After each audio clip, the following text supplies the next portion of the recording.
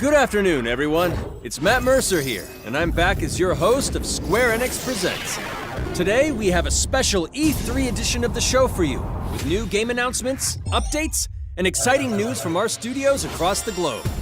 So let's kick off with the world premiere of a brand new game from Eidos Montreal. We hope you enjoy the show.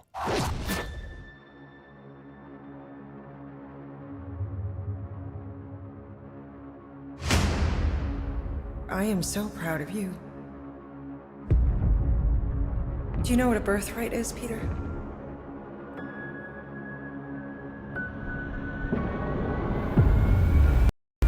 Something that's a part of you.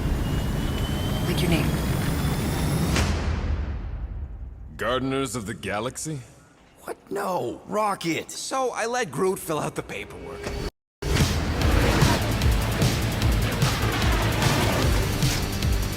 So we got fined. We appear to be 6,963 units short. I know, we clearly need a plan. If you see anything with claws the size of Drax, let me know. We got this!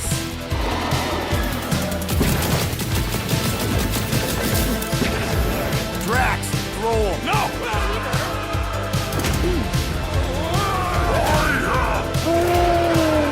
Monster! I'll show you, monster! No! We disrobe! Keep your pants on. Although, it could be used as a distraction. Smash him up, Drax! Meet your maker! We're all professionals here, right? Maybe we can work something out. Peter!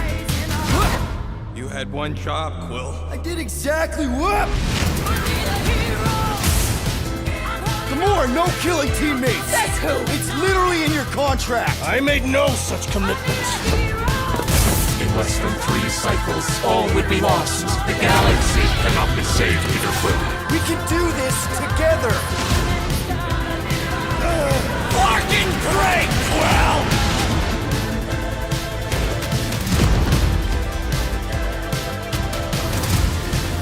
Star-Lord, right? It's Star-Lord. Oh, crap!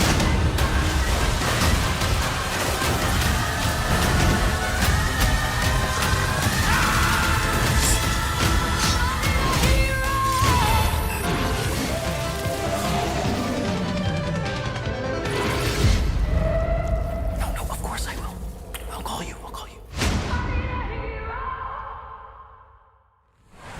Hi, my name is Olivier Proux, senior producer here at Eidos Montreal. For the past few years, we've had the privilege to work on our version of Marvel's Guardians of the Galaxy and reimagine it into a single-player, story-driven, third-person action-adventure game.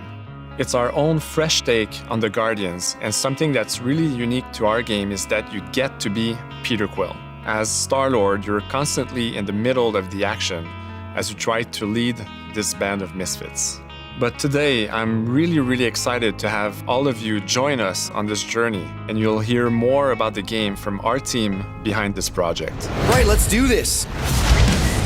I've always loved Marvel's cosmic characters.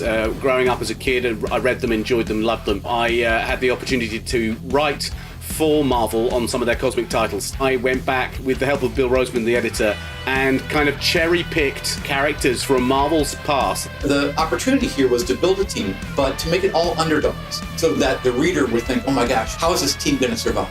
And that became the Guardians of the Galaxy comic, which we loved working on.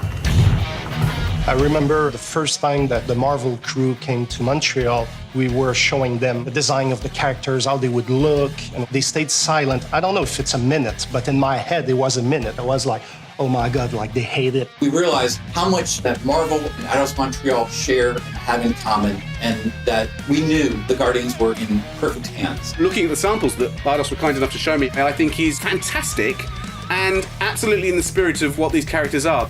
What makes the gameplay experience unique to me is no matter in what phase of the game you are, whether you're in exploration or you're fighting, the Guardians are constantly around you and you never feel alone. While you're the leader, the Guardians will also challenge you and make decisions on their own, and you will have to adapt to it. You are literally part of the Guardians of the Galaxy.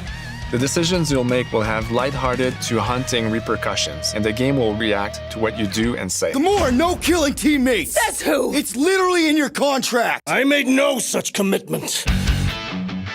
You are playing as Star-Lord and you're using your blasters and you're using your jet boots. Star-Lord is really empowering. He's very agile on the battlefield. He can slide and over with his jet boots. Of course, he has his elemental blasters that have different powers as well. And on top of all of this, he can use the unique abilities of his Guardians. We're not pirates. We're legally incorporated heroes for hire. Gardeners of the Galaxy? What? No! The story is about a group of misfits, the Guardians. In our world, they've been together for less than a year. They create something on a small scale that looks insignificant. And as they progress through the story, they discover that they created something really big that threatens the galaxy. There are a lot of very interesting villains in the Marvel franchise. And when you're starting to work on a story like this, you get to get your pick of which ones will make the best for this story. That gives us the opportunity to bring in some that are well known, but some that are also not all that well known. What Eidos is getting so right about them is capturing what it's like to be a misfit family. They're also bringing an amazing imagination to it. You're going to see planets and characters that are going to blow your mind. Interpreting it in its own way, I think, makes it feel incredibly fresh and exciting. It's not a matter of trying to replicate the comic or trying to replicate the film. It's trying to take the medium you're working in and make the best version of Guardians out of that. They made it fun. They made it rock and roll. They delivered everything you would want in a Guardians game.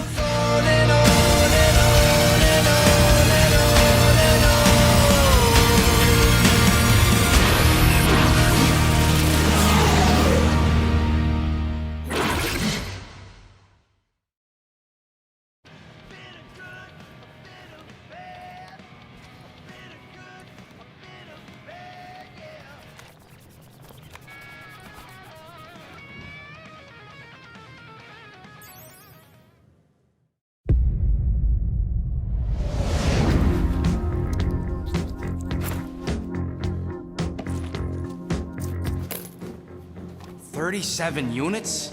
We appear to be 6,963 units short. If we intend to keep our ship, Peter Quill. I know. We clearly need a plan. What about selling Gamora's crap? What?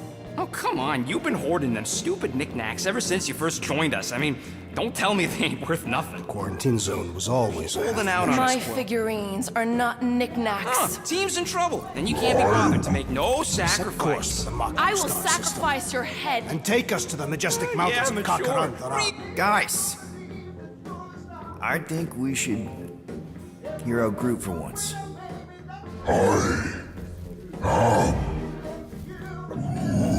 You know, the only problem with your plan is that Lady Hellbender only buys monsters, and you are not a monster. Groot, are you really offering to... No, he is not offering that, okay? It could work. Sell Groot? I guess we could bust him out after. Absurd. Lady Hellbender seeks the monster within. The small, ugly one is clearly the correct choice. He is cruel, sadistic, and his soul is filthy and filled with rage. I vote we sell Groot. I honestly think Lady Hellbender will go for it. Yeah, well, I vote for not Groot. I also vote for the creepy little beast. 2 votes each. Peter? Well, Rocket's definitely scarier on the inside. He's unstable and vicious and totally oblivious to the needs of others. Okay, we get it. All right, let's do this. Let's go sell a monster. We're not seriously flying into that. You say the weather patterns of Seknarf 9 are tied to the temperament of its ruler. That's not how women work. Or weather. We're flying the wrong way. Nah, he's not flying at all. Guys, relax. Just one minor adjustment. I ever mentioned how much I hate rain? Hellbender's castle isn't even that far. That is not a castle. It is an impregnable fortress. So how do we impregnate it? Ask Peter! Let's just get closer. We'll figure it out on the way. There is nothing to figure out. As beast merchants, we will easily gain access to Lady Hellbender. Good! We've already got a beast! All that's left is the merchant part! Good thing I put on my official merchant costume. There is no such thing! Right? The fact you ain't sure don't bode so good.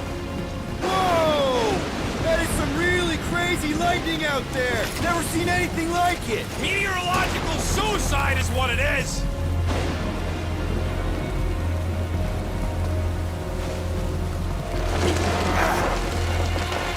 Ouch! Ugh. Hey, is my jacket all right? At least you got a jacket. Some of us are soaking here. Less whining, more walking. Hey, Stormlord! We ain't seriously walking through this. It'll take forever in this storm. Stop complaining. The hardship will strengthen your spirit. I face more than enough hardship. Thank you very much. You are welcome, Feeble One. We got this. Just don't fall and we'll be fine. Oh, whoa! Whoa! Whoa, whoa, whoa, whoa! No! Ugh!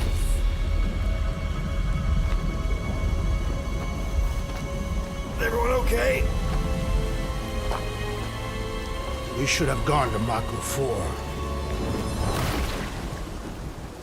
I would be wary, Rodent. You know what? I survived freaking Half-World. I think I'm scared of some little... It's not alone. Get ready.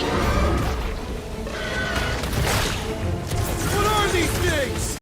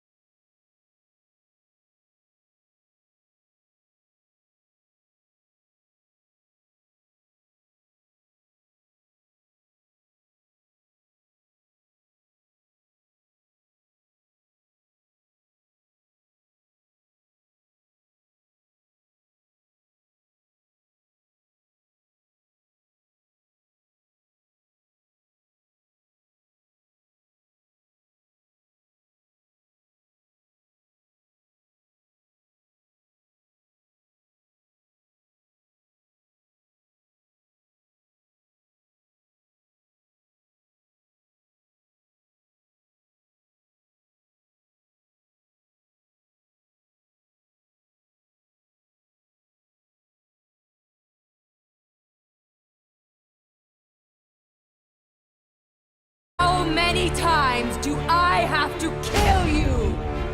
The audacity that you thought you could rob me, Dweller! Feast upon them!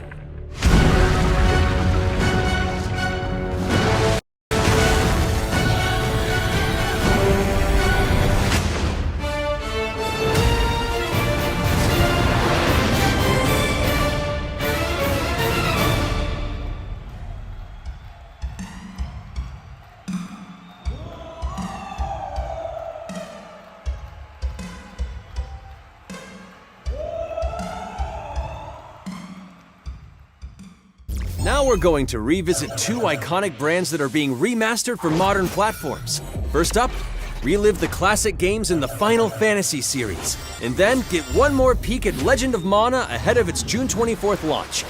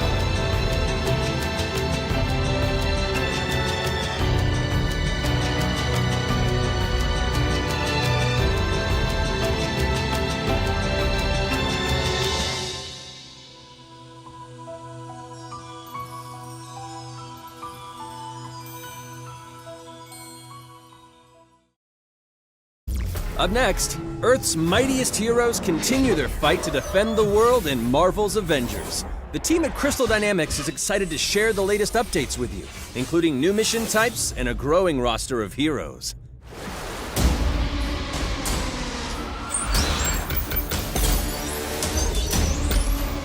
Avengers, secure that super weapon at all costs.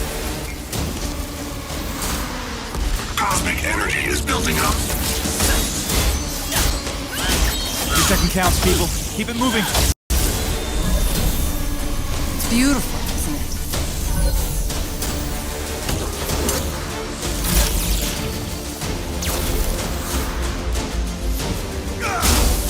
You're out of your depth, Avengers. Shutting you down, Monica.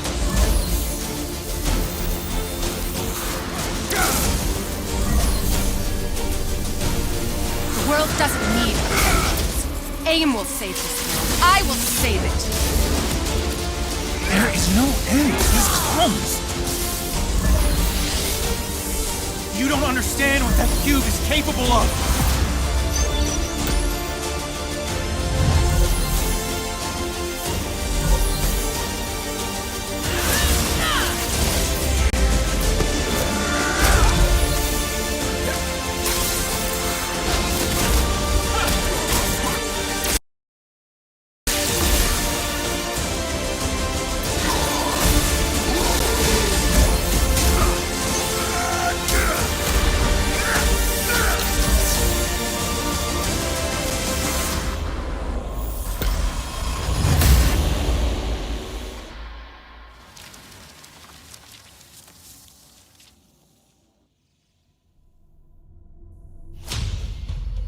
I applaud your efforts to connect with your roots, but as a man who has seen 3 Black Panthers fall, I must warn you of a few things.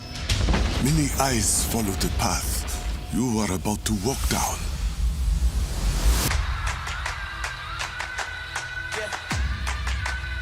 They say I walk like a king, talk like a king. You can act around, now say the same. You just wanted to show off these suits. They all want the name, but they ain't got what's running through these veins. Make way for the king. It is Claw. Brother, no!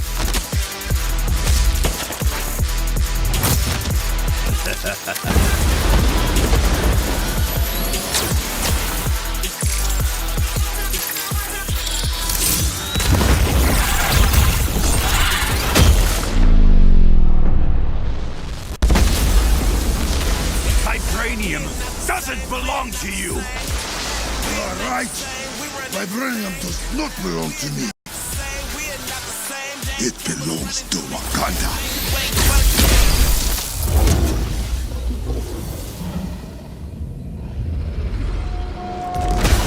Look at me now, you can't hold me down. So give me the crown. They say I walk like a king, talk like a king. You can act around now, say the same thing. They chasing the fame, they all want the name. But they ain't got what's running through these veins. Say I walk like a king. Now it's time to give mobile players a quick look at some of the games that will be available in the coming months. Good evening, 426. Our intelligence reports a new threat to global stability. Their reach is unlike anything we have seen before. Following Agent 47's disappearance, you were selected because of your remarkable skills. Execution must be perfect. We will strike from the shadows, and they will never know what hit them.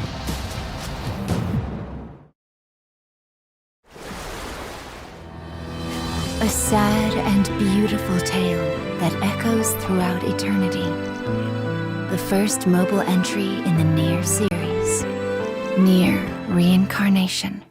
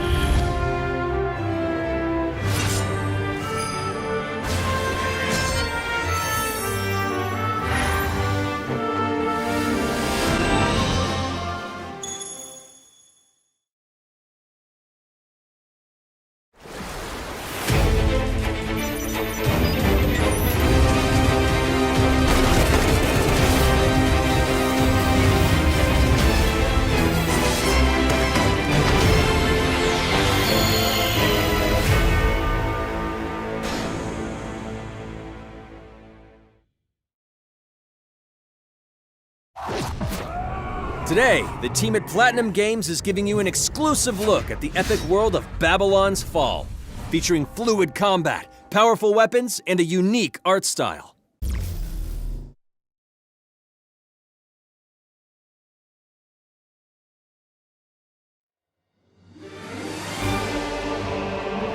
Built over 1,000 years, it was meant to be a tower of dreams. But for 1,000 more, it was seen as a tower of ruin.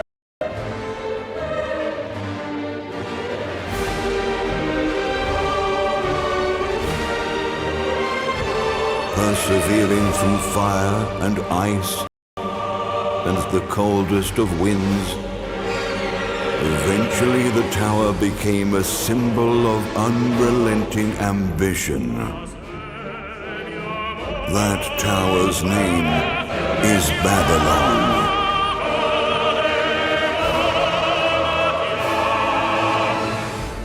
Does the savior of Neo-Babylon stand among us? Let's find out without further ado!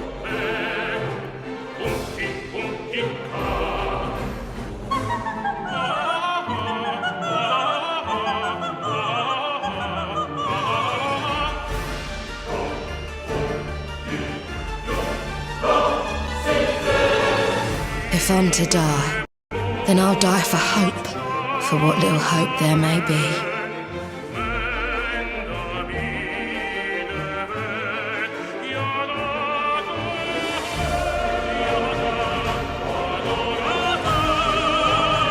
Seen through the veil at last, have you?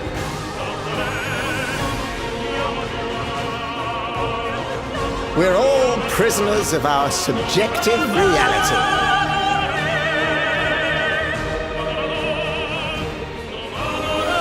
Believe only what you see, and you're like to end up seeing only what you believe.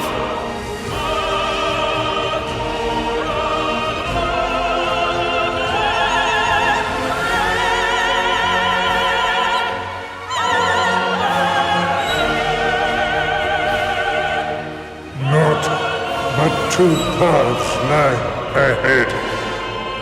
Ascend to the heavens above the tower, or fall like this one now before you. Now begins its tale of both hope and despair.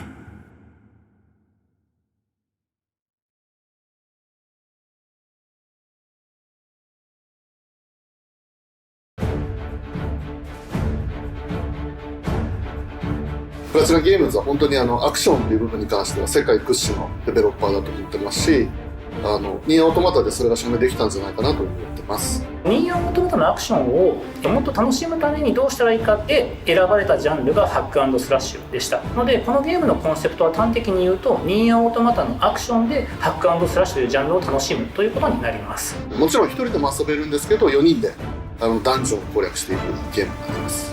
コンセプトについては、プレイヤーが途切れない目標に向かって、アクション、追い求め続けることができると。プレイヤーは、ストーリーを追いながらダンジョンをクリアして上層を目指していくと。入手する装備や素材を集めて自身を強化してカスタマイズしていくと。ゲームのスタイルとしては、オーソドックスなハック&スラッシュという形ですね。ただアクションがスキルや強い力を引き出すためのトリガーになっているところがポイントかなと思っています。プレイヤーの背中についているギデオンコフィンというのがかなりキーアイテムとなっています。それによって、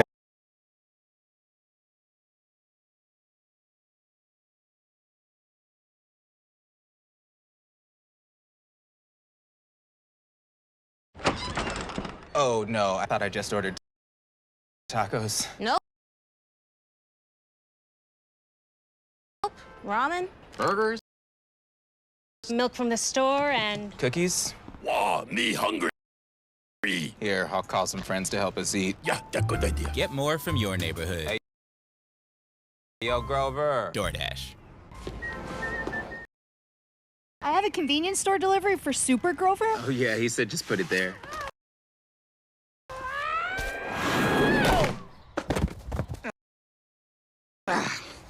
Perfect timing. Get more from your neighborhood. いきたいので、皆さんも引き続き応援よろしくお願いいたします。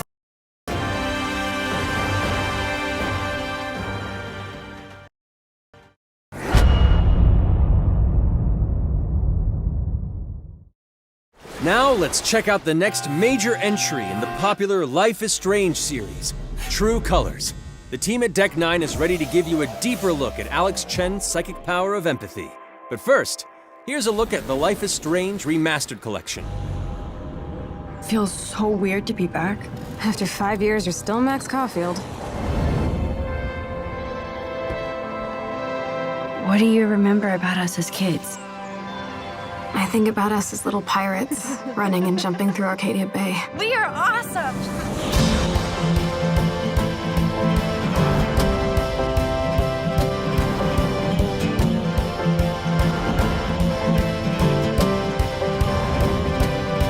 Come on, let's dance! Or take my picture with your new camera. We both got scars and it's so hard to That's Rachel Amber. After my dad died and you moved, I felt abandoned. Oh, good, you're here. Rachel saved my life. She was my angel. Something happened to her. We have to find her, Max. Holy shit. Max, what's going on? No! Whoa. I discovered I could reverse time.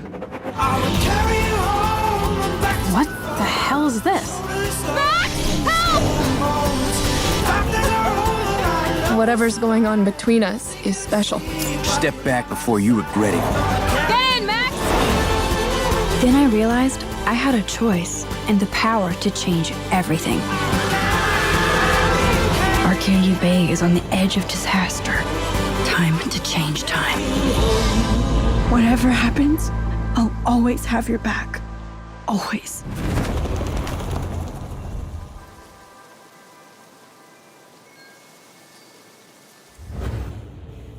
Hi, I'm Maya, also known as MXM Toon. I'm a musician and the singing voice of Alex Chen in the upcoming Life is Strange True Colors. I hope you enjoyed that first look at official gameplay from the remastered collection. As a longtime fan, I know I did. You can see the love and care that Deck 9 have put into remastering both Life is Strange and Before the Storm. This collection features improved character animation, lip sync, and visuals, breathing new life into these two beloved games. Back in March, we also revealed the next major game in the series, Life is Strange True Colors, a small-town supernatural mystery. Alex Chen must uncover the truth behind her brother's death, using her psychic power of empathy to unravel the shocking secrets of Haven Springs. Today, we have a first look at Alex's unique power in action. Here's game director Zach Aris for more. Alex's psychic power of empathy is integral to the story of Life is Strange True Colors. It impacts every relationship she builds and every decision she makes. Never thought I'd have a freaky empath friend. For years, Alex has been unable to shut out the strong feelings of others, the fear, sadness, and anger of those around her, leading her to believe her power is a curse. In the wake of Gabe's death, Alex realizes the only way she can find the truth is to embrace her power. I can't believe this is happening. And the only way to understand is to feel what he's feeling.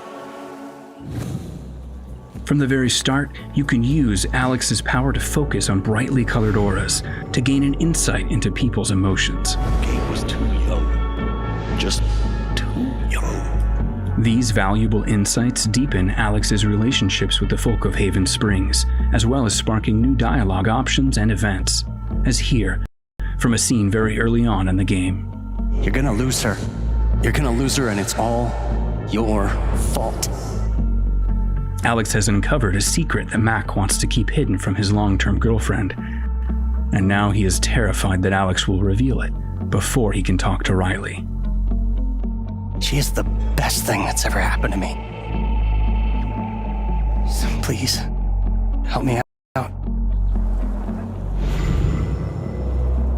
Mac's telling you a whole lot of bullshit. Listen. Thanks for telling me the truth, Alex. But are we still together? Are you serious? I need to get back to work. Sure, Alex, we'll get out of your way. When Alex encounters a particularly strong aura, she can reach out to actively connect with that person's emotions. This generates a nova, a supernatural flare that transforms the world around Alex into a reflection of that person's psyche. In this altered, emotionally charged state, Alex can experience fragments of thoughts and memories to get to the root of their issue. But not every emotional crisis can be easily dealt with. Some carry a dangerous, even life-threatening amount of power. He's dead! I wish I were too. No decision is easy, and the consequences will be felt across the game. This anger could kill her. What if I could just take it away?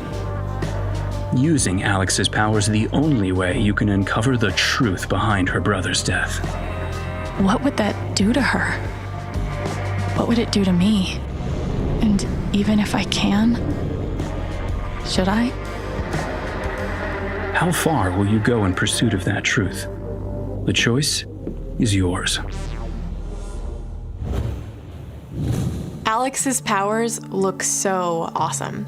I have no idea how I'll make some of these choices, but I can't wait to play it with you all when it comes out on September 10th. Don't forget, you can pre-order Life is Strange True Colors now. And if you choose the Ultimate Edition, you'll also receive the Life is Strange Remastered Collection. And that's it for today. Make sure to follow the Life is Strange social channels for more.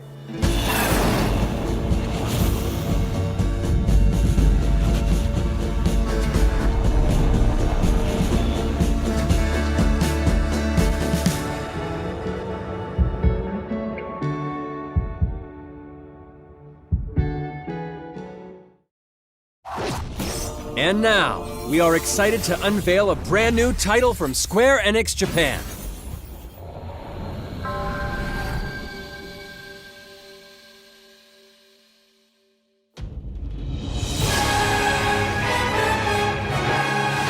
I'm here to kill chaos. That's my mission.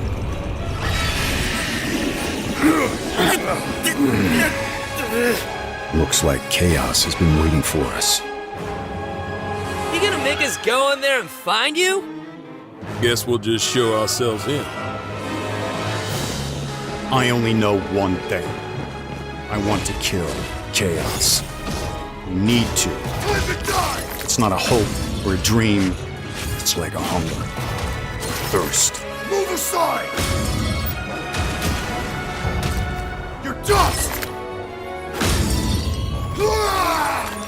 You sure chaos is here? Yeah, they can only squash monsters for so long. I hate doing pest control.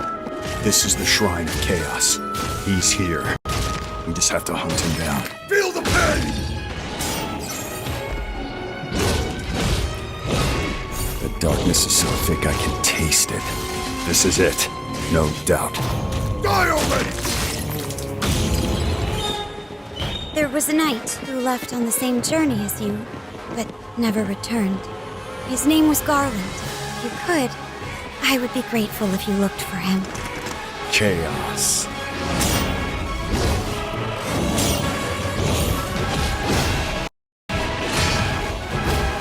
I'll crush you!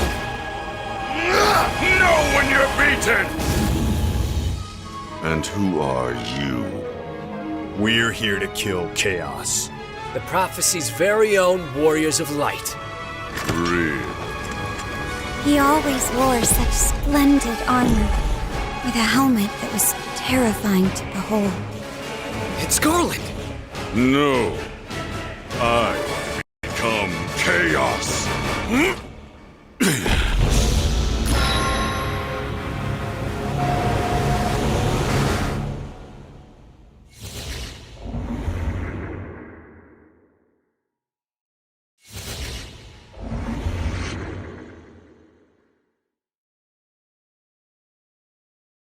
I'll leave you with a look at some of the amazing Square Enix titles you can play now, as well as those to come.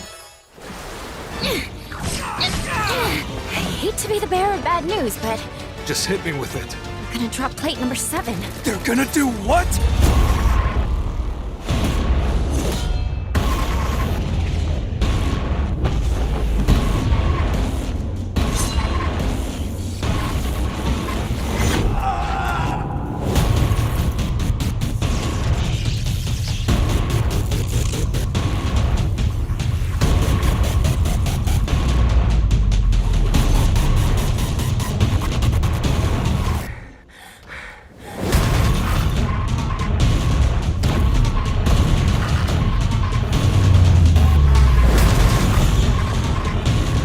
It's all or nothing.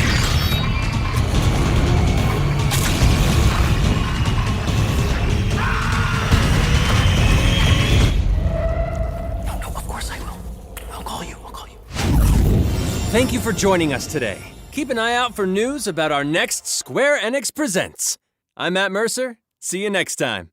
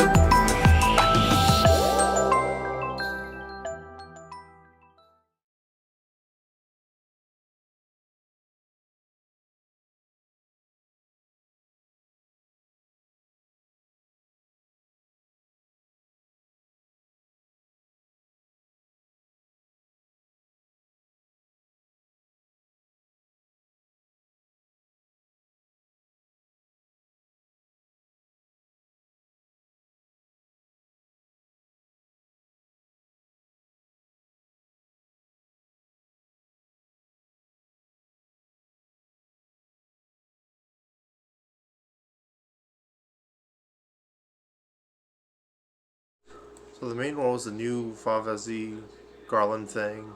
And then there was like Final Fantasy 1, 3, 5, and 6 all like original version, and 4 original version coming back. We haven't had Final Fantasy 1 NES in a while. Final Fantasy 3's been done twice. Final Fantasy 4 has been done twice. 5 and 6 had like the Android version that didn't work too well. I don't know if the new version will work well. I don't know what we're going to do with ineffectives.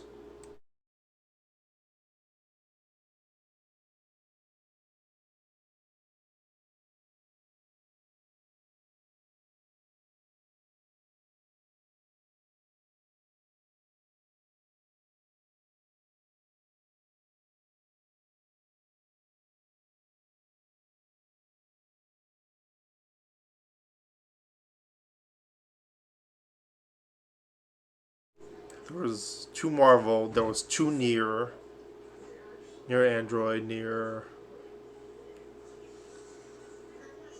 Oh no, there was that game that was based off the Nier engine, made by Platinum Games. I don't know anything about it. I don't know. It doesn't have like the character design appeal of it. It looked like it was still in demo mode. It looked like it was totally done graphically and enjoyably.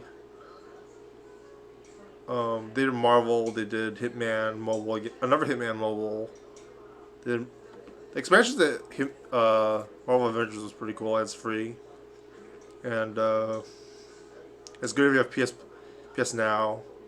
And they did. It's pretty cool. They added a new character, which they added in the original game, and Square Enix showed the Nier thing. The Nier mobile game was really good. I wish it was for console though. I don't know why they did that. It looked like it was supposed to be like Last Guardian or something. The Nier franchise is so like complicated. It has so many different. You can do anything with it.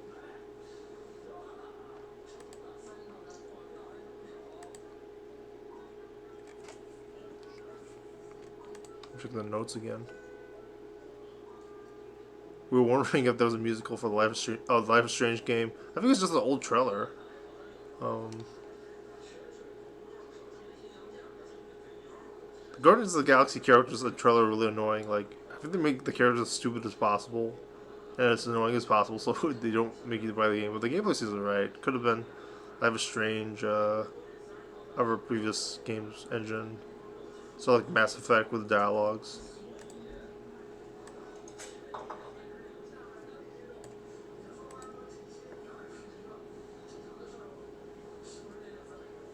The games I thought was Kirby. I forgot what it was. Oh, the Bethesda's End, Bethlehem's End. I don't remember the name. Oh, that was a Nier game, yeah. I thought Christopher Lee was voicing it. It seemed like someone said they thought they were working the game for a while. I don't know if they did. Like the Final Fantasy VII remake, it took a while to make the engine, but after that, they made a lot of stuff. We were talking about if it ran on PS3 or not.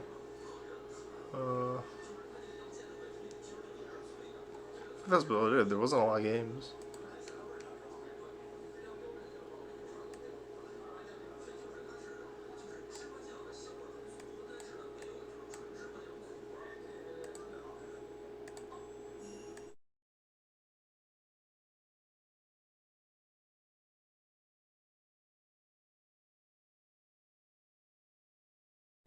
Well, hey Ollie, I can replay this video if you want. Let me see it. There wasn't too many games. It was mainly the last game that was a feature. I don't know if you want to skip straight to that or you want to watch other stuff.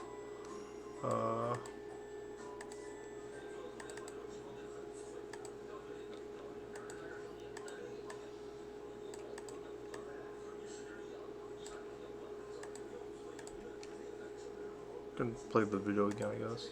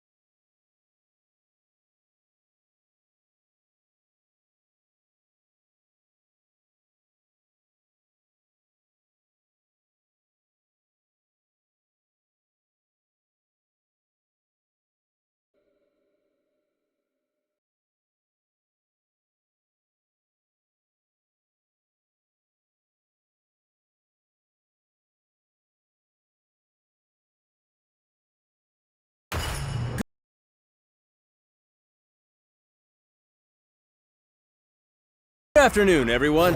It's Matt Mercer here, and I'm back as your host of Square Enix Presents. Today, we have a special E3 edition of the show for you, with new game announcements, updates, and exciting news from our studios across the globe. So let's kick off with the world premiere of a brand new game from Eidos Montreal. We hope you enjoy the show.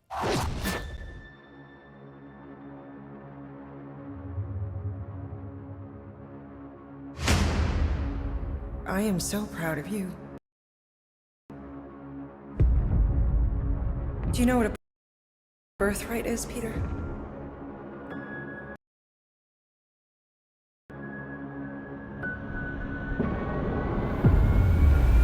Something that's a part of you.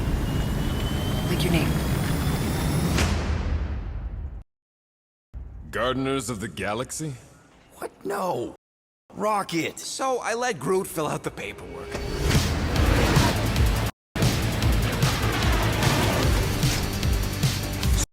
So we got fined. We appear to be 6,963 units short. I know, we clearly need a plan.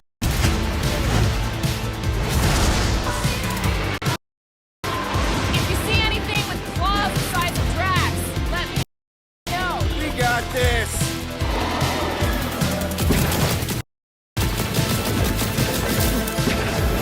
Drax, roll. No!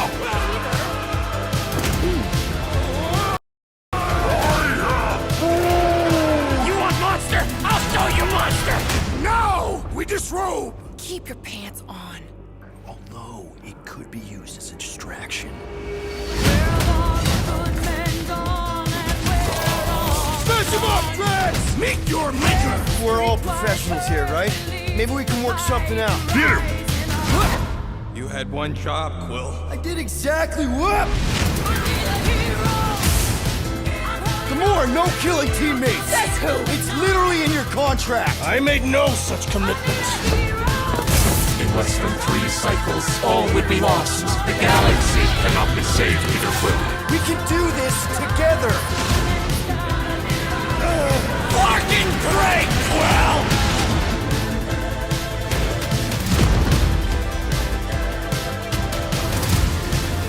Some more, right? It's Star-Lord. Oh, crap!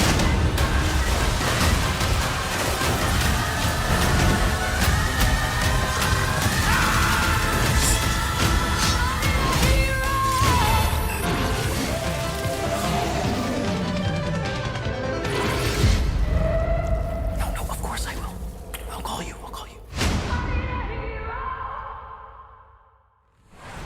Hi, my name is Olivier Proux, senior producer here at Eidos Montreal. For the past few years, we've had the privilege to work on our version of Marvel's Guardians of the Galaxy and reimagine it into a single-player, story-driven, third-person action-adventure game. It's our own fresh take on the Guardians, and something that's really unique to our game is that you get to be Peter Quill.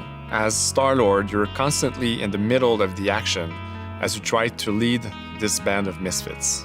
But today, I'm really excited to have all of you join us on this journey, and you'll hear more about the game from our team behind this project. Right, let's do this! I've always loved Marvel's cosmic characters.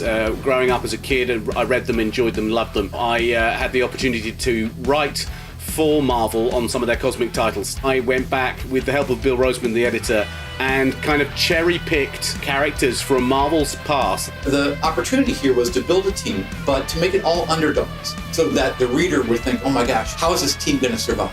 And that became the Guardians of the Galaxy comic, which we loved working on. I remember the first time that the Marvel crew came to Montreal, we were showing them the design of the characters, how they would look, and they stayed silent. I don't know if it's a minute, but in my head, it was a minute. I was like, oh my God, like they hate it. We realized how much that Marvel and Eidos Montreal share and have in common, and that we knew the Guardians were in perfect hands. Looking at the samples that Eidos were kind enough to show me, I think he's fantastic and absolutely in the spirit of what these characters are. What makes the gameplay experience unique to me is no matter in what phase of the game you are, whether you're in exploration or you're fighting, the Guardians are constantly around you and you never feel alone. While you're the leader, the Guardians will also challenge you and make decisions on their own, and you will have to adapt to it. You are literally part of the Guardians of the Galaxy. The decisions you'll make will have lighthearted to haunting repercussions, and the game will react to what you do and say. Gamora, no killing teammates! Says who? It's literally in your contract! I made no such commitment. You are playing as Star-Lord and you're using your blasters and you're using your jet boots. Star-Lord is really empowering. He's very agile on the battlefield. He can slide and over with his jet boots. Of course, he has his elemental blasters that have different powers as well. And on top of all of this, he can use the unique abilities of his Guardians. We're not pirates. We're legally incorporated heroes for hire. Gardeners of the Galaxy? What? No. The story is about a group of misfits, the Guardians. In our world, they've been together for less than a year. They create something on a small scale that looks insignificant. And as they progress through the story, they discover that they created something really big that threatens the galaxy. There are a lot of very interesting villains in the Marvel franchise. And when you're starting to work on a story like this, you get to get your pick of which ones will make the best for this story. That gives us the opportunity to bring in some that are well known, but some that are also not all that well known. What Eidos is getting so right about them is capturing what it's like to be a misfit family. They're also bringing an amazing imagination to it. You're going to see planets and characters that are going to blow your mind. Interpreting it in its own way, I think, makes it feel incredibly fresh and exciting. It's not a matter of trying to replicate the comic or trying to replicate the film. It's trying to take the medium you're working in and make the best version of Guardians out of that. They made it fun. They made it rock and roll. They delivered everything you would want in a Guardians game.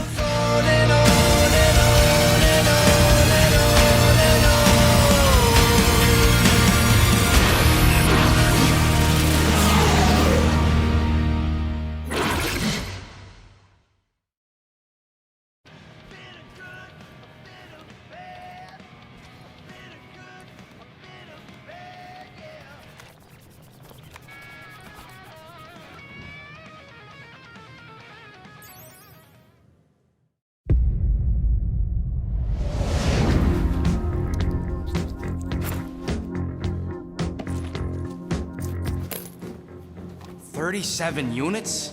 We appear to be 6,963 units short. If we intend to keep our ship, Peter Quill. I know. We clearly need a plan. What about selling Gamora's crap? What?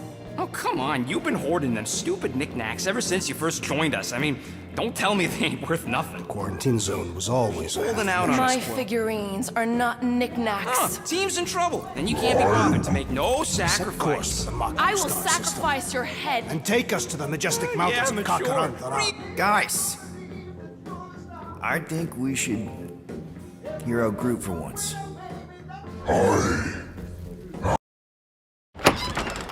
Oh no, I thought I just ordered tacos. Nope. Ramen, Burgers? milk from the store, and Cookies? Wow, me hungry! Here, I'll call some friends to help us eat. Yeah, that's a good idea. Get more from your neighborhood. Hey, yo, Grover. DoorDash. I have a convenience store delivery for Super Grover. Oh yeah, he said just put it there. Perfect timing. Get more from your neighborhood. So soft. DoorDash. You know, the only problem with your plan is that Lady Hellbender only buys monsters, and you are not a monster. Groot, are you really offering to... No, he is not offering that, okay? It could work. Tell Groot. I guess we could bust him out after. Absurd. Lady Hellbender seeks the monster within. The small, ugly one is clearly the correct choice. He is cruel, sadistic, and his soul is filthy and filled with rage. I vote we sell Groot. I honestly think Lady Hellbender will go for it. Yeah, well, I vote for not Groot. I also vote for the creepy little beast. 2 votes each. Peter? Well, Rocket's definitely scarier on the inside. He's unstable and vicious and totally oblivious to the needs of others. Okay, we get it. All right, let's do this. Let's go sell a monster. We're not seriously flying into that. You say the weather patterns of Seknarf 9 are tied to the temperament of its ruler. That's not how women work. Or weather. We're flying the wrong way. Nah, he's not flying at all. Guys, relax. Just one minor adjustment. I ever mentioned how much I hate rain? Hellbender's castle isn't even that far. That is not a castle. It is an impregnable fortress. So how do we impregnate it? Ask Peter! Let's just get closer. We'll figure it out on the way. There is nothing to figure out. As beast merchants, we will easily gain access to Lady Hellbender. Good. We've already got a beast. All that's left is the merchant part. Good thing I put on my official merchant costume. There is no such thing. Right? The fact you ain't sure don't bode so good. Whoa! That is some really crazy lightning out there. Never seen anything like it. Meteorological suicide is what it is.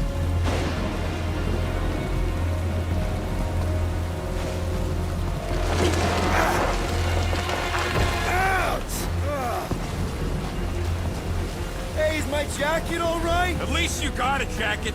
Some of us are soaking here. Less whining, more walking. Hey, Stormlord. We ain't seriously walking through this. It'll take forever in this storm. Stop complaining. The hardship will strengthen your spirit. I face more than enough hardship. Thank you very much. You are welcome, Feeble One. We got this. Just don't fall and we'll be fine. Whoa, whoa, Whoa! Whoa, whoa, whoa, whoa!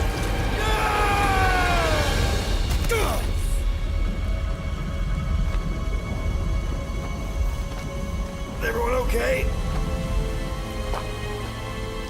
We should have gone to Maku 4. I would be wary, rodent. You know what? I survived freaking Half-World. I think I'm scared of some little... It's not alone. Get ready. What are these things? They are amorphous vermin. Shoot first, questions later. Drop them, Gamora! This won't hurt much. Smash them up, Drax! Meet your maker! Steel Boy's enjoying this way too much! This is the local fauna! It's about to be an endangered species! Groot! Hawkeye time! Oh, you, Rocket! Time to go boom! I am eager to experience Lady Hellbender's legendary menagerie. Should we ask them for directions? I'm thinking maybe they are directions. Oh, like a signpost or something. I'm not saying it's an arrow with the word fortress on it, but statues suggest civilization, and the only settlement I saw when we were topside It's Lady Hellbender's fortress. Dead end. That's just great. It's a retractable bridge. They used them at the prison I was in. Too bad the controls are on the other side of the giant chasm. What do you not have time to dawdle in this jungle? I shall hurl the creature over the chasm so he may activate the bridge. I may activate a hole through your face! Put me down! It'll be fine. Just curl up in a ball. What? Drax, throw him. No! Very well. Peter? It's okay. He'll land on his feet. Ooh. I guess that only applies to cats. You sons of sharks! Scut-busting ass! I am not familiar with these words. Order the beast to do its job. Rocket, come on, man! Ram it, dash face! Fix the bridge and we'll raise your cut by 5%. I want 10. Okay, deal.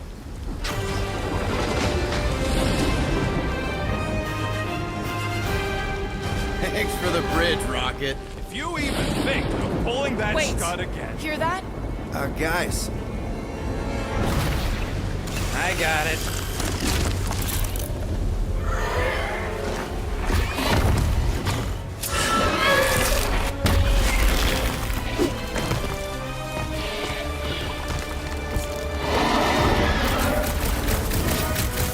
These creatures are perfect predators. Stop cheering for the murder monster! At least somebody's having fun. You are my prey! Keep it together, Drax! Bend off!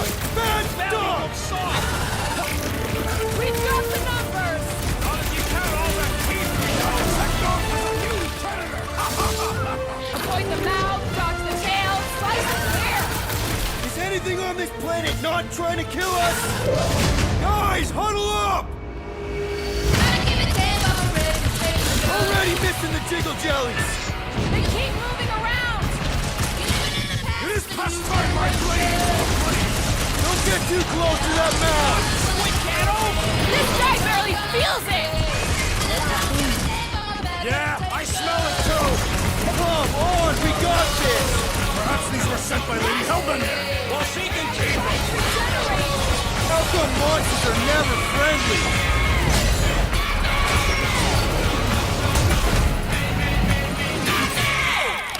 That is definitely in my top 10 fortresses. Peter? Aren't you forgetting something? Oh, right. The cage. The point of even getting the Flarkin thing was looking like we mean business. All right, Rocket. Time to put on your monster face. I only got one face, Quill. Are you sure about this, Peter? Look at him! You better have one hell of a sales pitch.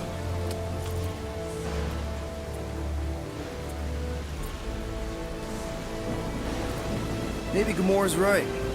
We should try selling Groot instead. Really? This is an affront to democracy. I just think that we might need Rocket on the outside for this one. Yeah, we noticed. You want to make that call, then you better not mess this up. You hang tight there, bud. When the time comes, I'll get you out of there. Rocket style if I gotta. Drat. Gamora, can you help me with this? What? Why? To guarantee your safety as our leader. Ah, come on. Don't look at me, I ain't pulling that thing. Remember, buddy, menacing! Like me, only bigger. I am Groot. Not bad, not bad.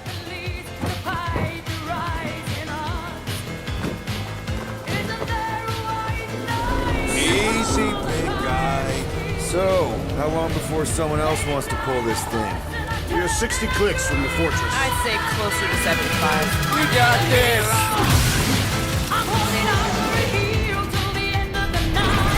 Rocky, what are you doing?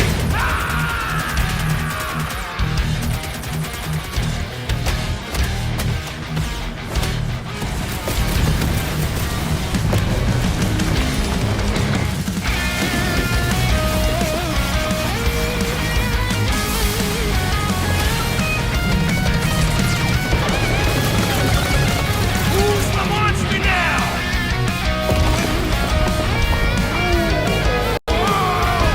Rocket, what the? You're bruised. You know nothing.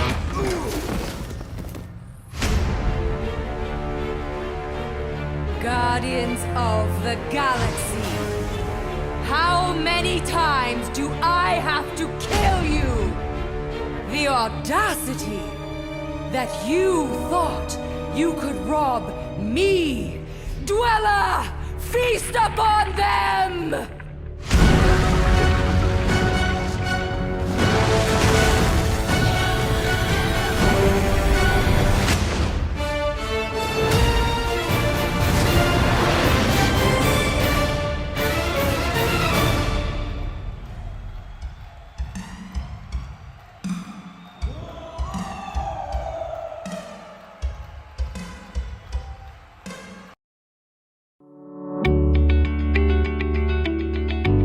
At Nexgo, we make the electronics you need for your life.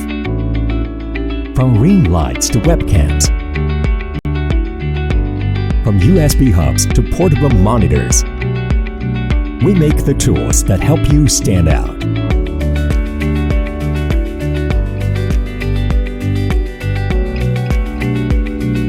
Nexgo, go with your life.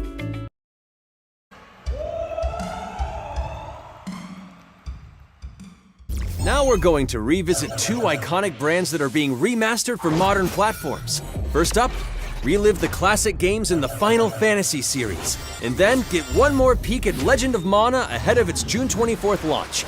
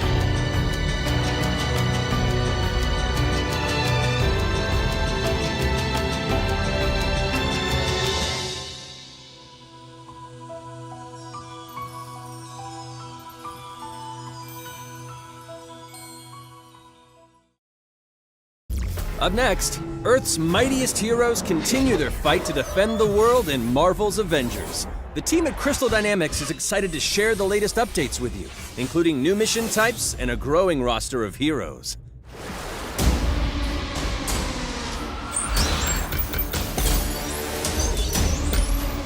Avengers, secure that super weapon at all costs.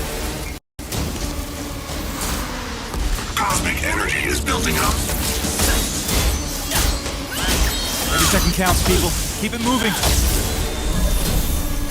It's beautiful, isn't it?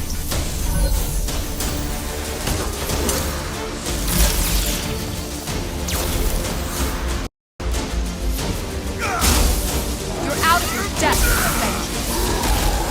Shutting you down, Monica.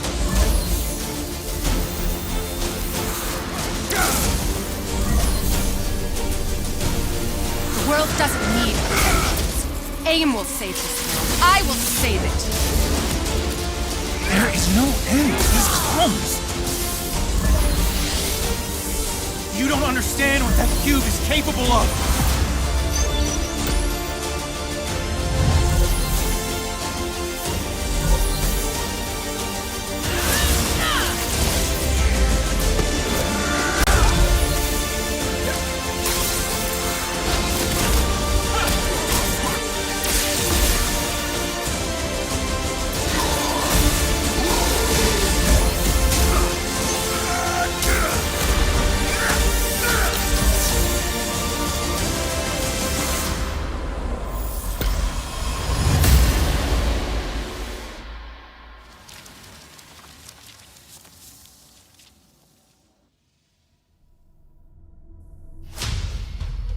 I applaud your efforts to connect with your roots, but as a man who has seen 3 Black Panthers fall, I must warn you of a few things. Many eyes follow the path you are about to walk down.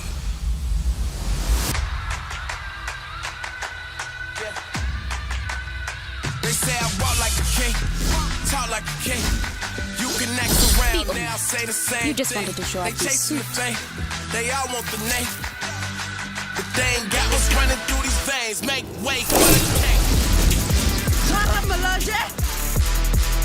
It is Claw.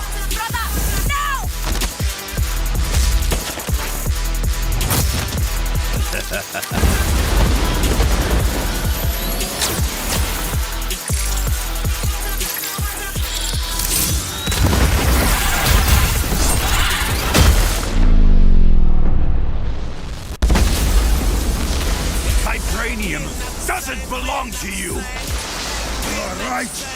Vibranium does not belong to me. It belongs to Wakanda.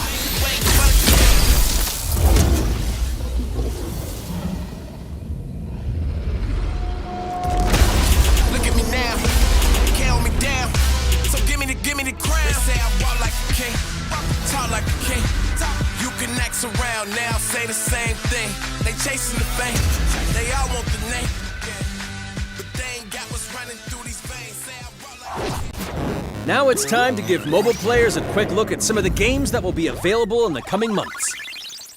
Good evening, 426. Our intelligence reports a new threat to global stability. Their reach is unlike anything we have seen before. Following Agent 47's disappearance, you were selected because of your remarkable skills. Execution must be perfect. We will strike from the shadows, and they will never know what hit them.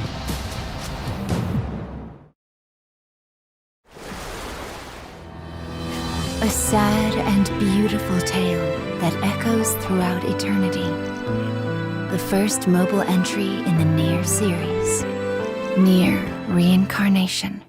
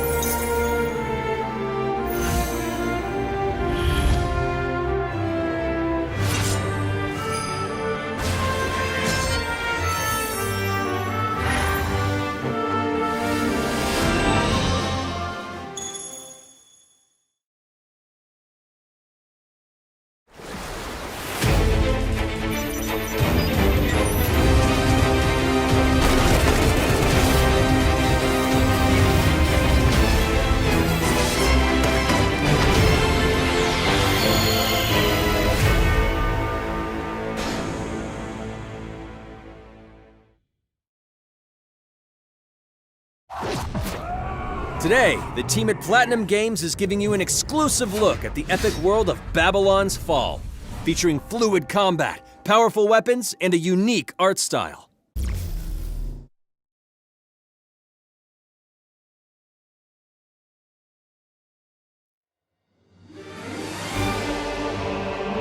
Built over 1,000 years, it was meant to be a tower of dreams. But for 1,000 more, it was seen as a tower of ruin.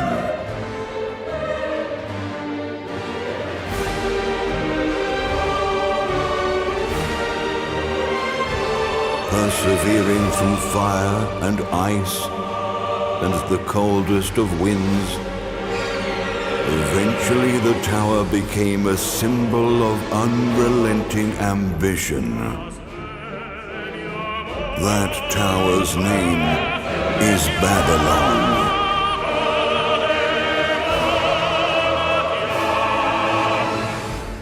Does the savior of Neo-Babylon stand among us? Let's find out without further ado!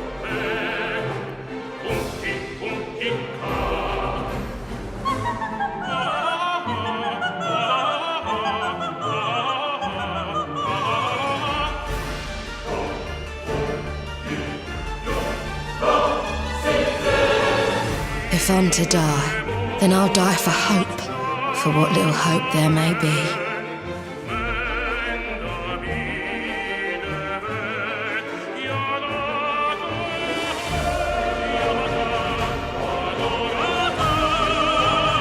Seen through the veil at last, have you?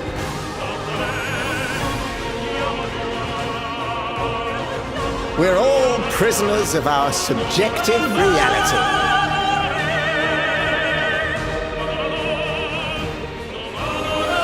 Believe only what you see, and you're like to end up seeing only what you believe.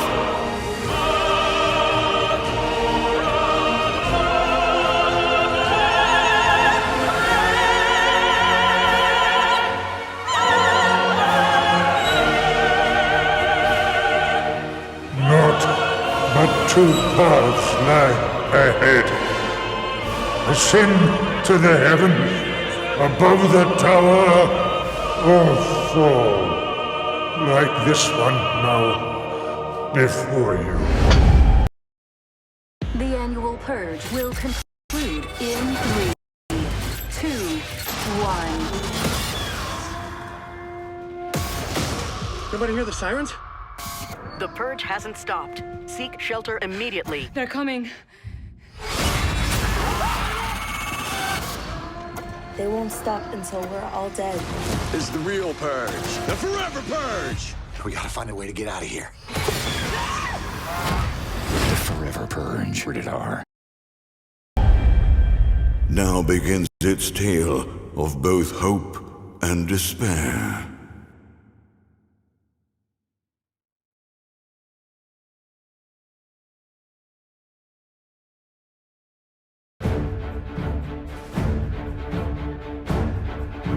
プラチナゲームズは本当にアクションという部分に関しては世界屈指のデベロッパーだと思ってますし、ニーアオートマタでそれが証明できたんじゃないかなと思ってます。ニーアオートマタのアクションをもっと楽しむためにどうしたらいいかで選ばれたジャンルがハック&スラッシュでしたので、このゲームのコンセプトは端的に言うとニーアオートマタのアクションでハック&スラッシュというジャンルを楽しむということになります。もちろん1人でも遊べるんですけど、4人でダンジョンを攻略していくゲームになります。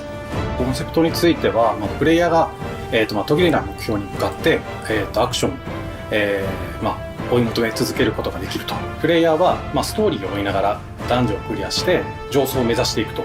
入手する装備や素材を集めて自身を強化してカスタマイズしていくと。ゲームのスタイルとしては、オーソドックスなハック&スラッシュという形ですね。ただアクションがスキルや強い力を引き出すためのトリガーになっているところがポイントかなと思っています。プレイヤーの背中についているギデモコフィというのがかなりキーアイテムとなっています。それによって、遊び方とかカスタマイズの方向性っていうのも変わってきます。ハイファンタジー感というか、その上品さというところはすごい意識してくれっていうふうに言われましたね。カートゥーンチックにやらないようにというか、リアルに本当に存在している人たちがいるかのような感じは意識しました。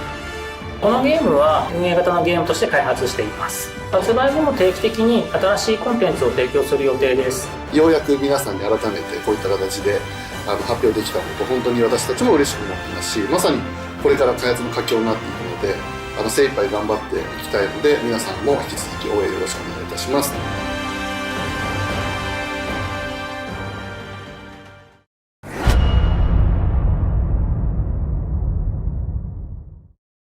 Now let's check out the next major entry in the popular Life is Strange series, True Colors.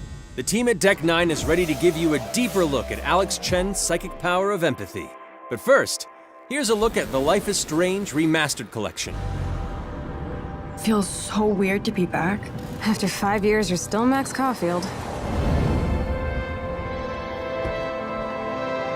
What do you remember about us as kids?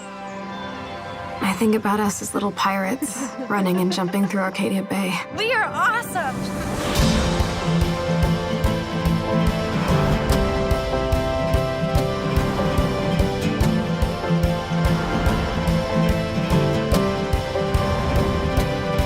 Come on, let's dance! Or take my picture with your new camera.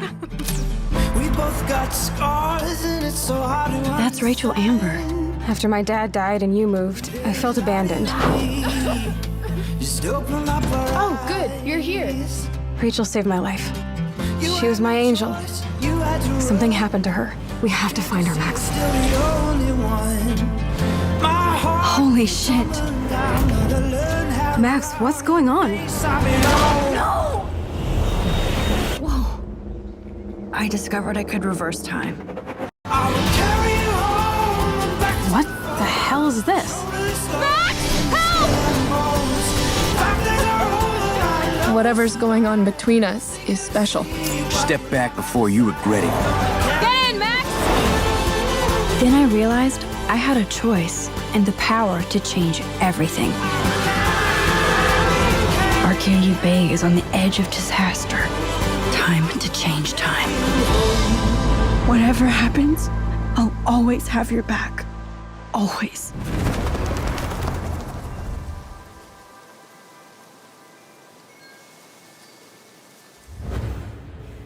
Hi, I'm Maya, also known as MXMTune.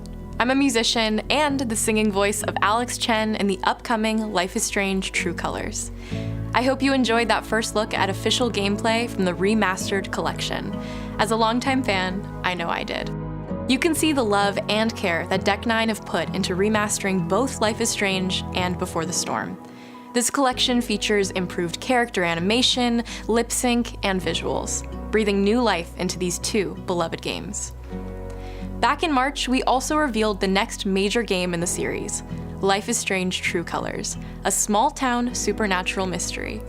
Alex Chen must uncover the truth behind her brother's death, using her psychic power of empathy to unravel the shocking secrets of Haven Springs. Today, we have a first look at Alex's unique power in action. Here's game director Zach Garris for more. Alex's psychic power of empathy is integral to the story of Life is Strange True Colors. It impacts every relationship she builds and every decision she makes. Never thought I'd have a freaky empath friend. For years, Alex has been unable to shut out the strong feelings of others, the fear, sadness, and anger of those around her, leading her to believe her power is a curse. In the wake of Gabe's death, Alex realizes the only way she can find the truth is to embrace her power. I can't believe this is happening. And the only way to understand is to feel what he's feeling.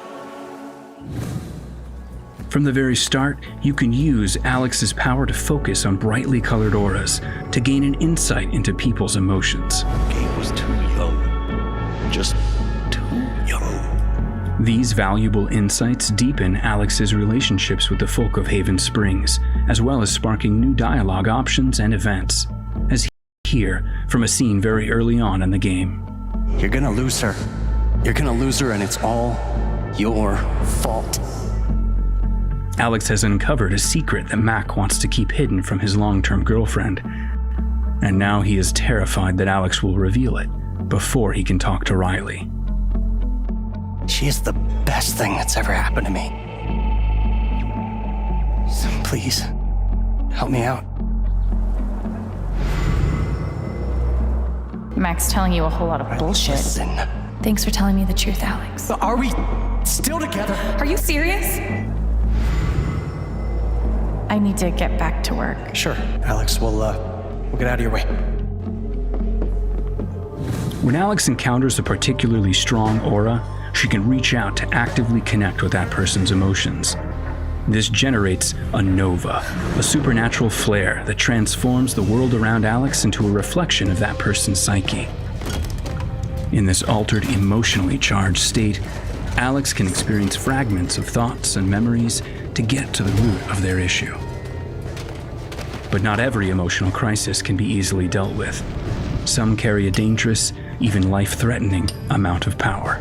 He's dead! I wish I were too. No decision is easy, and the consequences will be felt across the game. This anger could kill her.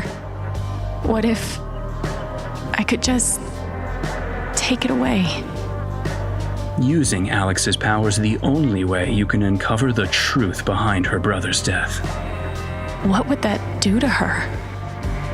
What would it do to me? And even if I can, should I? How far will you go in pursuit of that truth? The choice is yours.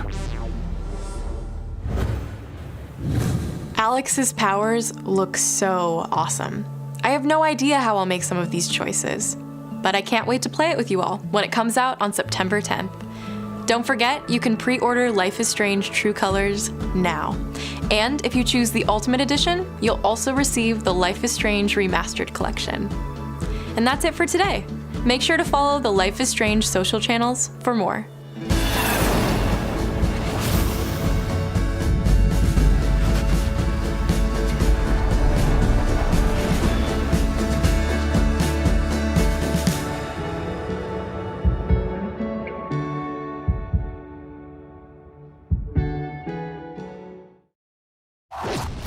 And now, we are excited to unveil a brand new title from Square Enix Japan.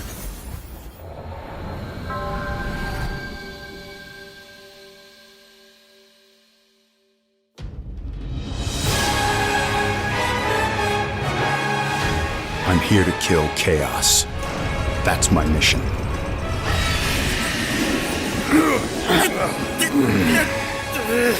Looks like Chaos has been waiting for us. You gonna make us go in there and find you? Guess we'll just show ourselves in. I only know one thing. I want to kill Chaos. I need to. Live and die! It's not a hope or a dream. It's like a hunger. Thirst. Move aside! You're dust! You sure Chaos is here?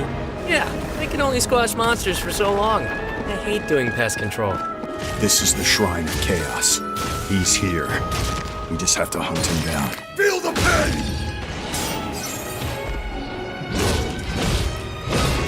The darkness is so thick I can taste it. This is it. No doubt. Die already! There was a knight who left on the same journey as you, but never returned. His name was Garland. If you could, I would be grateful if you looked for him. Chaos.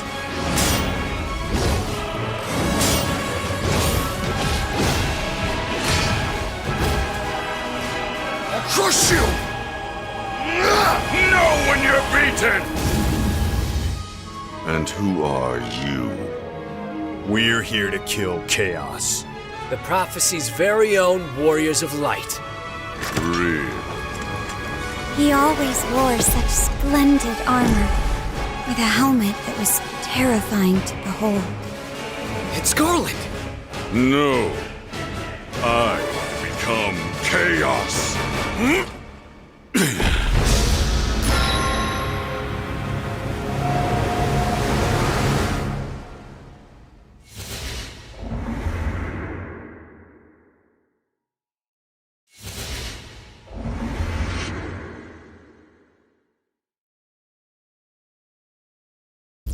I'll leave you with a look at some of the amazing Square Enix titles you can play now, as well as those to come. I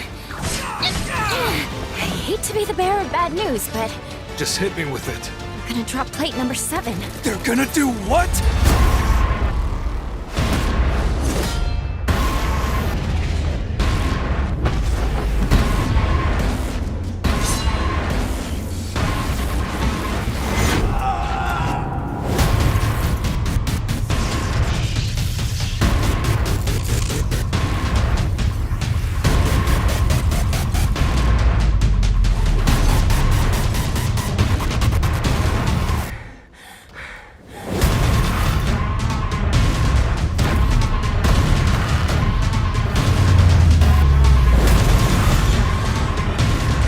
It's all or nothing.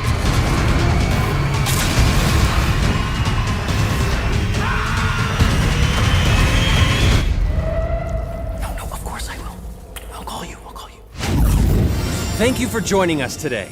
Keep an eye out for news about our next Square Enix Presents.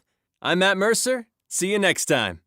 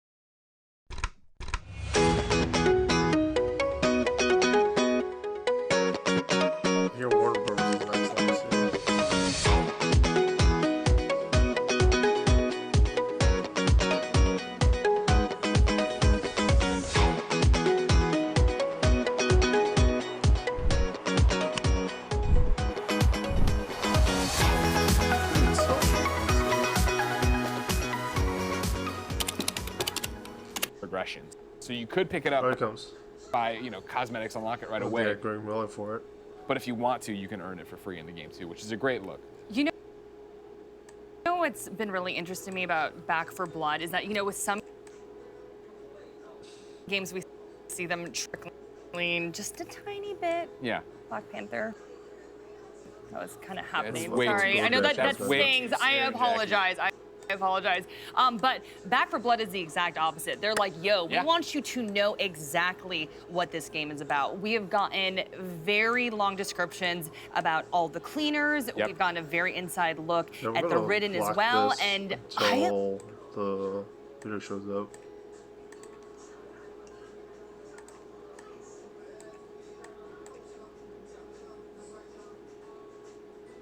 Oh, it's time.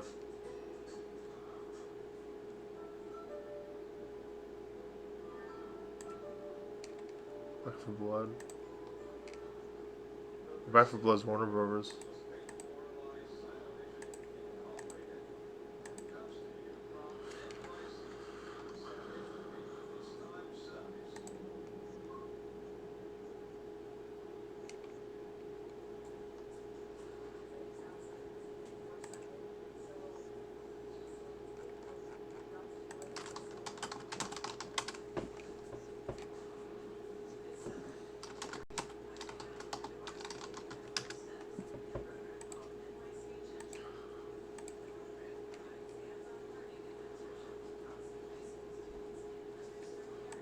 They're not going to show a trailer.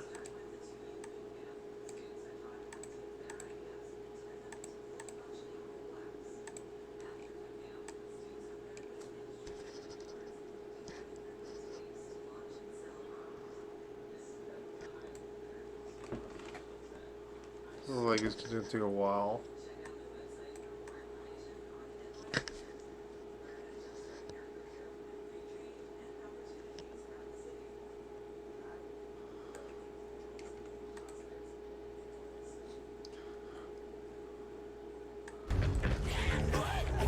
This is gonna be long. Hopefully, get everyone's something down from nights. We'll see. Starting. Let's see, That's guys. one I'll get my down. corner try to see everyone in the chat. When I was young, I climbed up too high just to touch the sun. Back off! On my mission, no prescription, shoot for #1. Start a riot, won't keep quiet. I'm surrounded. Heart is pumping, keep it coming. Better roll it high. This is what happens when you don't stick together. I was born for this. I'm a monster, I'm a hunter. Let my demons show. Hold on tight. Keep pushing them back. Hit the gas and go. Now I never live forever. I'ma take what's mine. Heart is pumping, keep it coming. Got the running high.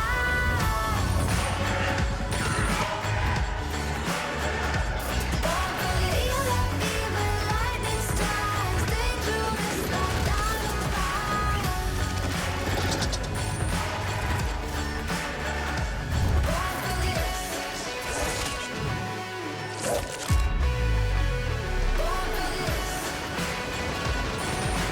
Here they come!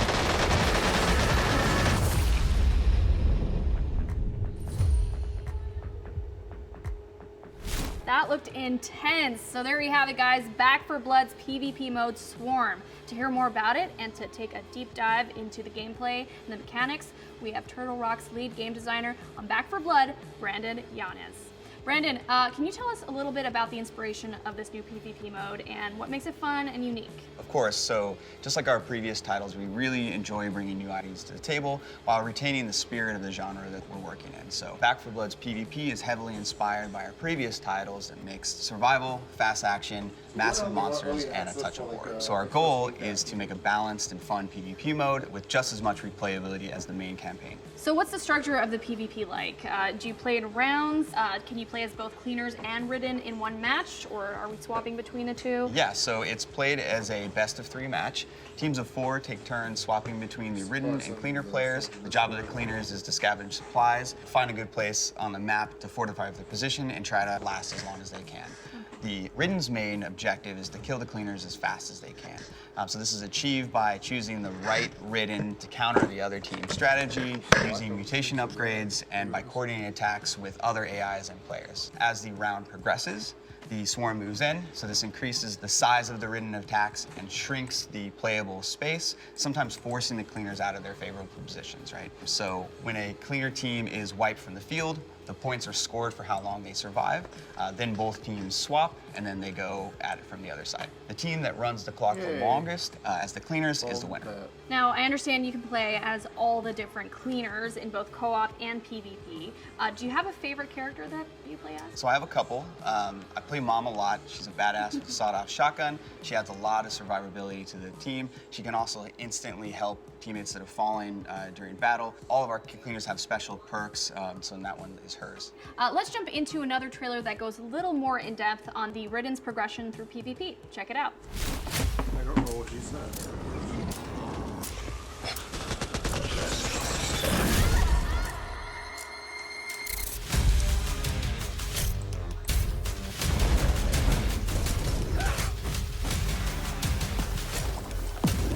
Intestinal discharge!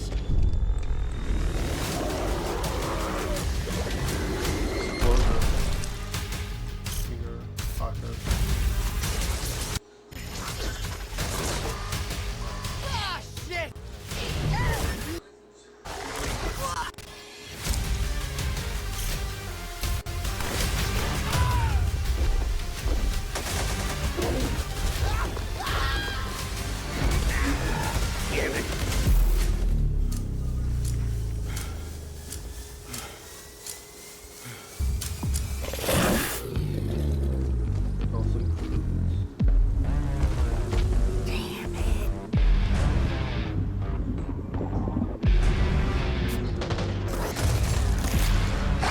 What's up, Stinger?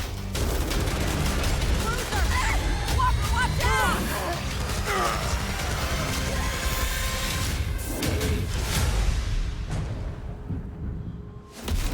Okay, so Brandon, we just saw that each different ridden has their own variants as well as their own mutations on each variant. So can you expand a little more on these special abilities and how they work? Sure. So at the start of each round, players can choose between 9 playable ridden, each with their own unique abilities. So for example, the Stalker can pounce a player and pull them away from their team, or an Exploder can time their detonation in the middle of a group of cleaners and fling them all in separate directions. Now, knowing that each ridden has these different abilities, how do they change and improve throughout a match and improve the ridden's chance of winning? So as the ridden battle against the cleaners, they gain points. They can spend these points on team-wide upgrades called mutations. Mutations upgrade and improve a lot of different things on the ridden side, from adding effects to their abilities. They might buff the common AI waves in size and strength. So the really cool thing is so they affect the whole team, and they persist between rounds. So as a ridden team starts to coordinate their upgrades, things can get pretty wild.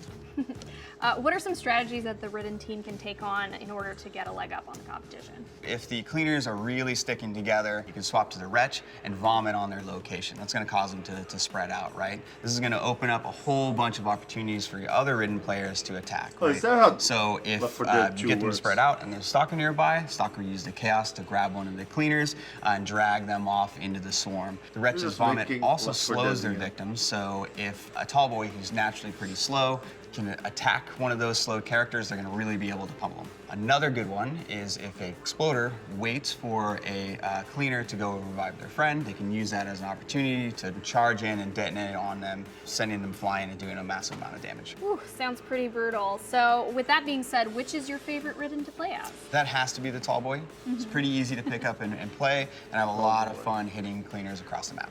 speaking of fun, let's talk about weapons. Now, throughout the trailers, you can see a number of different weapons. Can you go a little deeper into what those weapons are and how they work? So we really wanted to expand on the amount of choices the player had in Back 4 Blood with their weapon. So of course there's handguns, shotguns, LMGs, SMGs, sniper rifles, and a whole bunch of other types of weapons, each with sort of like a unique character feel to them. Now, how deep does this weapon customization go? I really want to know. What are some of the different attachments and options, and how do they change the gameplay overall? Absolutely. So there's a lot of different customization options for your weapons. So throughout the world, you can find scopes, silencers, stocks, sights, all that good stuff. You can mix and match them, so there's a ton of options. Last question. Do you have a favorite type of weapon? Absolutely. So as I said earlier, I really enjoy playing Mom, so her shotgun is definitely at the top of my list. That's a solid choice. All right, we've learned a little bit about how it all works, the cleaners, the ridden, the mutations, as well as how the customization works for the weapons. Thank you so much for joining me, Brandon, and for giving us a little bit more detail on Back 4 Blood's new PvP mode, Swarm. Thanks for having me. I can't wait for everyone to get their hands on this game. We're all really excited. I can't wait either. The good news is that you guys won't have to wait too long. There's an open beta coming up on August 12th with an early access portion on August 5th available to those who pre-order. That's all for today, but Back 4 Blood still has a lot more to reveal in the coming months, so stay tuned. Bye.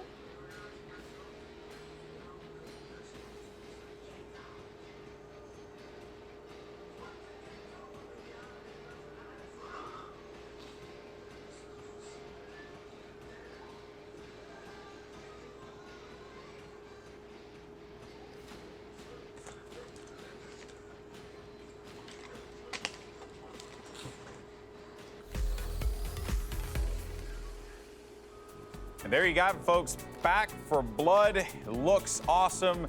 PvP mode, that was actually a pleasant surprise for me. When I played the game, you know, when the alpha was out, I think it was the alpha is what they termed it as.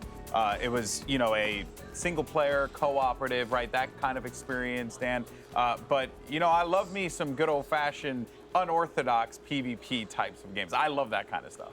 Yeah, I played an irresponsible amount of the versus mode in Left 4 Dead and Left 4 Dead 2, in which you get to be both the monsters and the player characters. And Swarm mode that's exactly what I wanted from this game. And I like the wrinkle where you're going to die no matter what, like you're actually in a horror movie. At least that's what I would do in a horror movie. I would just perish immediately. But here, you have to try and rack up as big of a time as possible and challenge the other team to beat it. I think that's a cool conceit.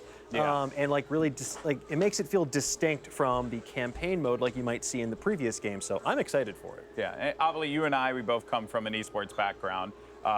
You know, I see something like that, it looks different, and we know Turtle Rock's history, having tried different games and different unorthodox multiplayer games in the past, but I think that there's some potential there for some fun competition. I think that, I don't know if I see it as like a full esport, but like a Twitch Rivals or something, or like some fun competitions, like we get a couple G4 hosts together. Shameless we plug. start playing, shameless plug. I got you, Jerry. Shameless plug, and then we all play together, we're the zombies, we're the good guys, and then we do it in real life. No, I wouldn't want to do that in real life, especially not after the week we had. Damon, though, I know you're a single-player guy, but I know you also played a decent amount of Left 4 Dead. So because of this Back 4 Blood, what I like about it is, yes, it is, you know, a PvP, but it still pulls back to the single-player experience very well. And I think for that reason, it should appeal to folks who maybe don't really want to dive into PvP. But enjoy, you know, the gameplay mechanics. I think there's actually a character or a class just for people like me in the PvP, and that's the Exploder. Yes. I'm gonna die a lot, but if I can take out a few enemies with me, I don't mind dying so much. Yeah, exactly. It's all right to just run up there, blow yourself up a few times. You know what, man, Michael? It looks like it's going to be a good time. Do you feel like this is something that you can pick up and play repeated sessions of? Like, yeah, I miss having that game where I could just like play with my friends back home and just be really loud and ignorant over comms. Like Left 4 Dead is 1000% that game for us. We could just wow out on Discord or whatever. But it's really exciting in the sense that, you know, when you think about it, Left 4 Dead was a source mod. And so like Turtle Rock obviously made their bread off that. But the production values of Back 4 Blood, you know, this is their opportunity to kind of bring back that magic of Left 4 Dead, but like do it on a much bigger scale. And like that presentation that we saw, it's like, yo, we're going all in on this mode with all these classes, these different characters. You know, it's going to be wild.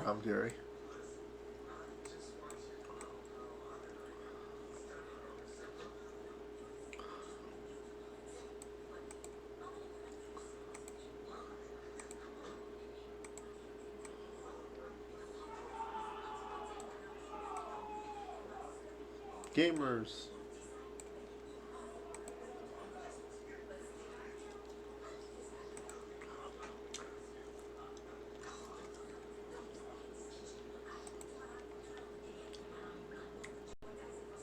Tramp Monsters.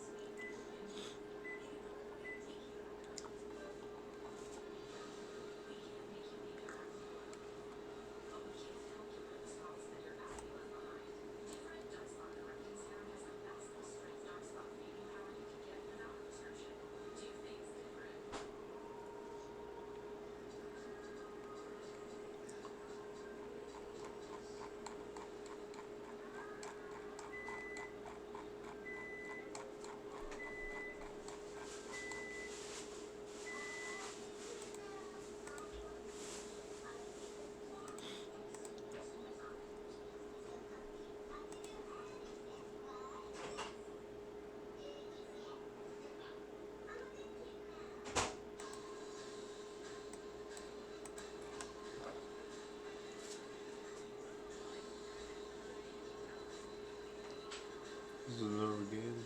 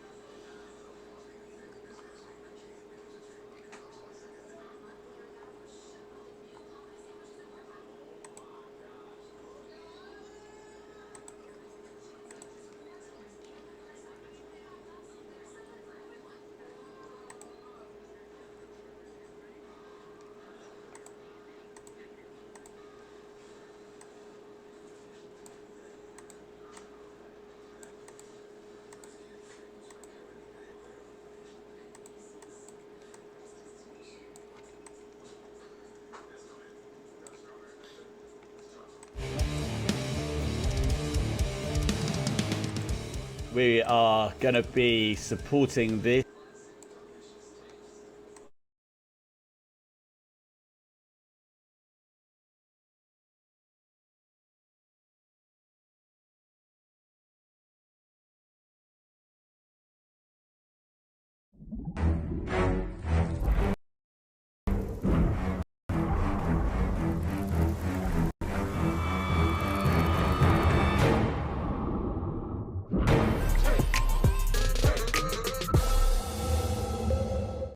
Explore each map, explore each area where you'll be able to look for loot or upgrades or attachments to weapons, all that kind of thing. And we'll also have some secondary objectives in each of these maps that players will be able to complete.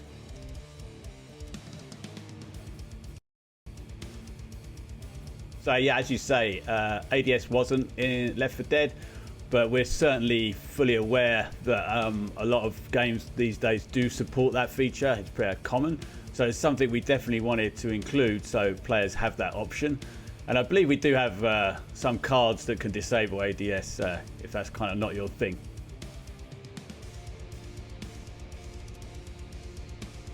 Ooh, I'm probably going to go for 3 different cleaners just to be awkward. I know you only asked me for 1, but I like playing Mum a lot. The quick revive is super handy. Walker's great because he gives you that extra boost of accuracy, which I need every now and again, I have to admit.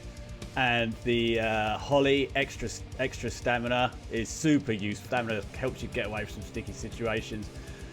And I guess speaking of sticky, for the Ridden, I love playing the Hocker, like hiding up on rooftops during PvP, checking where you see the cleaners are going to try and hide out, and then trying to stick them from afar, and then that kind of sticks them in place and allows some of the other more up close and attack Ridden to get some free hits in while they're trying to free themselves. So it's a lot of fun playing that Ridden and helping out the team with coordinated teamwork.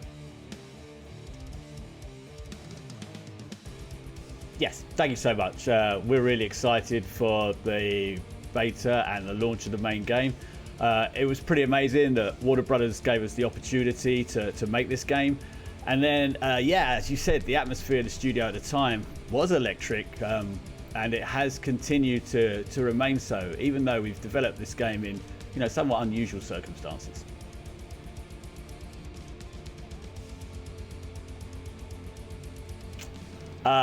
These Ridden can certainly mutate into all sorts of different shapes and sizes. So, who knows what monstrous thing they might turn into next.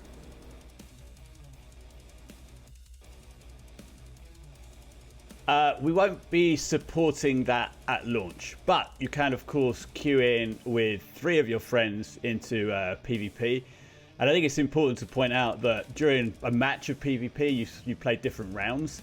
And then at one point you will be playing as the Ridden, and then at one point you'll be playing as the Cleaners. So, you're going to have a chance to pick off Ridden during a normal match of PvP with 3 of your friends.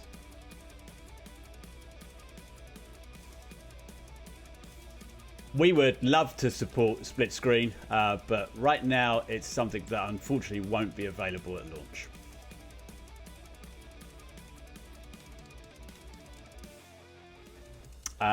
We don't currently support that, but you can build different decks with the card system, and that'll give you the option to take maybe like reload speed you like, which another character has, so you can add that to your deck and you can start customizing your character that way, so you would have similarities to some of the Cleaners abilities.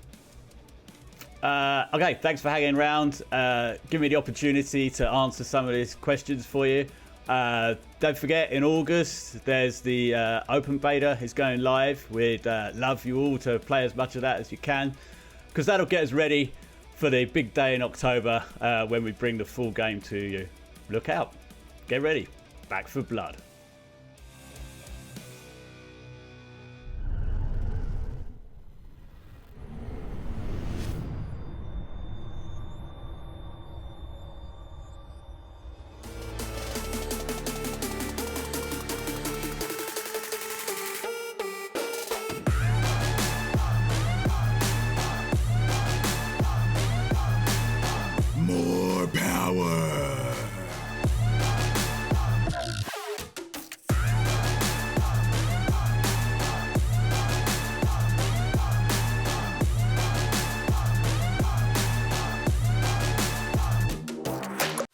IGN Summer of Gaming has officially partnered with the ESA for E3 2021.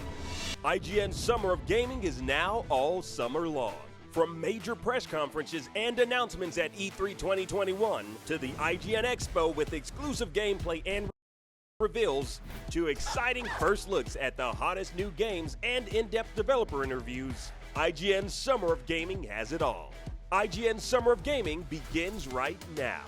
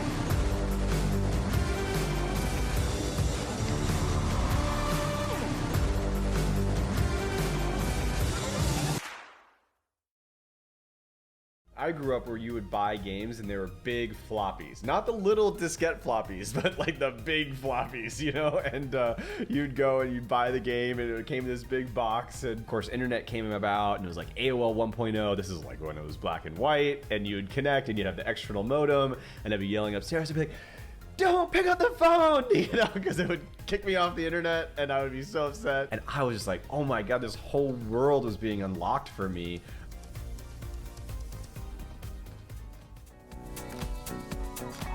iHeartRadio is a proud partner of E3 2021 and the #1 podcast publisher in the U.S. Listen to all your favorite shows on the iHeartRadio app. Jackie, Golden Boy. Yes. It's continuing. Can you believe we are moments away from the PC gaming show? It's coming up. We can't wait. It's going to be exciting. Yeah. But the question I have for you is, and especially you, Alex, what does the PC gaming show mean to you? Well, you know, so I grew up traditionally, I'm taking it all the way back when I was a young lad in the Bronx. No, but I grew up traditionally playing console games. Yeah. So, you know, when I got older, when I got some money and I could afford to get a PC, you know, I was like turned to this world, and now like that's all I ever want to play. Yeah. Like PC for me is everything.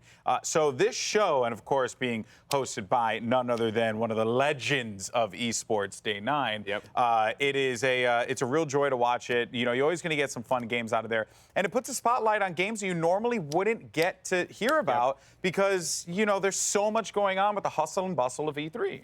Yeah, 100%. That's what I think is special about PC Gaming Show, is that it is, first off, designed for the PC player, which I know sounds like the stupidest thing a host can say, but it's true because it's designed in a way of like, hey, let's target PC players. Let's talk to them on a different level. Jackie, what do you get out of the show? I own 2 PCs, so I am all about Okay, that girl. PC life. Look at that flex. Look at that flex. Hold on. Well, when I was in the Bronx, I built the PC once. She's got 2 over there.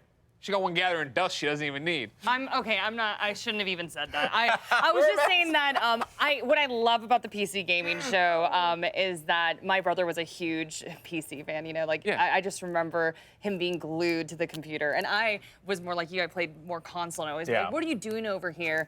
And actually, like I took it upon myself after he passed away to like really dive in and learn how to play in PC. I'm awful. I'm absolutely terrible. But I feel connected to him. You can plug your controller in, so you're good. Yeah, you know? you're right. There's also that option as well. But I'm also of the camp that the surprises. Yep. You know what I mean? Like, I just think you always see a game that just makes you light up and smile. And there's just so many trailers. So I'm very excited. Yeah, that's the thing about it, right? Is I feel like you were talking about it. It's discoverability. It's something you wouldn't get in one of the bigger conferences. So it's stuff that can be targeted incredibly niche and can be like something that is this strategy simulator you would have never seen on a main stage at Xbox, or anywhere else in E3, but here it is getting the time it deserves, and it offers such a great insight into what inevitably will be coming to consoles eventually. Yeah, very true. But you are going to see things that, you know, sometimes you'll get that big game that's there because it is very important, especially there was like a period where like all on PC was just like World of Warcraft and then like, you know, the Counter-Strike and a few other things. And that's all people cared about. But it's very important that the PC gaming community continues to be taken care of, continue to be supported. And that's why I love this show, and I think it is so important for the space. 100%. And it's also such a great avenue for independent developers. Very true. You know, I mean, right now it is so easy if you want to make a game to go and try making a game on your PC. And with all the different digital storefronts, you're able to get out there. But you don't want to hear me talk about the PC Gaming Show. You'd rather see it. So ladies and gentlemen, without further ado, the PC Gaming Show. Woohoo! Thank you guys. You guys are...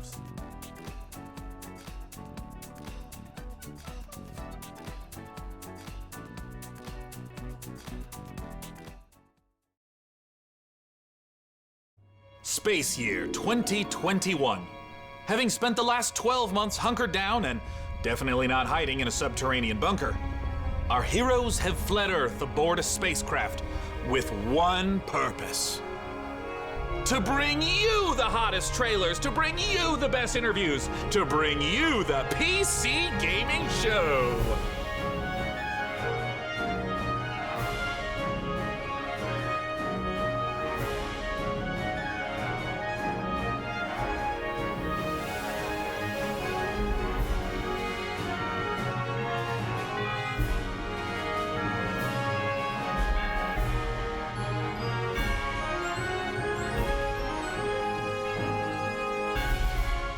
Situation cleanses. Sean! Situation cleanses. Situation Do something! Do something! Countdown to the extinction of human race begins now. Oh, Deadbot, no! We have so much to live for. I'm pretty sure Half-Life 3 is going to be announced this year! 4, 3, 2. It is so good to be back, gang, and this year, we're in space! Aye, aye, Captain. Happy to be remotely on board, Sean. Well, I'm so glad you were able to finance this year's PC gaming show by, you know, selling all those black market graphics cards you've been hoarding. Ah, yes, a crime with absolutely no real-world consequences. Hey, Frankie, wait a minute. Is that a 65-ton catapult mech model CPLTC-1 as featured in MechWarrior 5 Mercenaries? Sean, I always knew you had immaculate taste. It most certainly is. I can't wait for this year's significantly more weaponized PC gaming show to go off without a hitch. Which reminds me, Debbot, can you run a quick hitch scan? Yes, Sean. Of course, Sean. Running hitch scan. Oh, and I also want to warmly welcome someone new to the crew. Mika Burton, welcome. Hi, everyone. I'm so happy to be here and look forward to bringing all of you fresh new PC games and hardware. Hitch scan complete. 0 hitches found presently or in 13,908,665 possible futures. Hooray! Yeah! So what's the plan, Cap? Well, Frankie, Debbot's gonna send you the coordinates for your first target, now. Your targets might be exclusive interviews, trailer premieres, or any number of amazing new computer games to beam down to the fine people on Earth. Mission received. Now, this is gonna continue until all the targets are acquired and our mission is completed smoothly and without a hitch. Isn't that right, Debbot? Yes, no hitches located, Sean. Not a single hitch in sight. But first, let's teleport down to the stage to check in on E3 happenings. The only reason we're allowed to legally be back on Earth.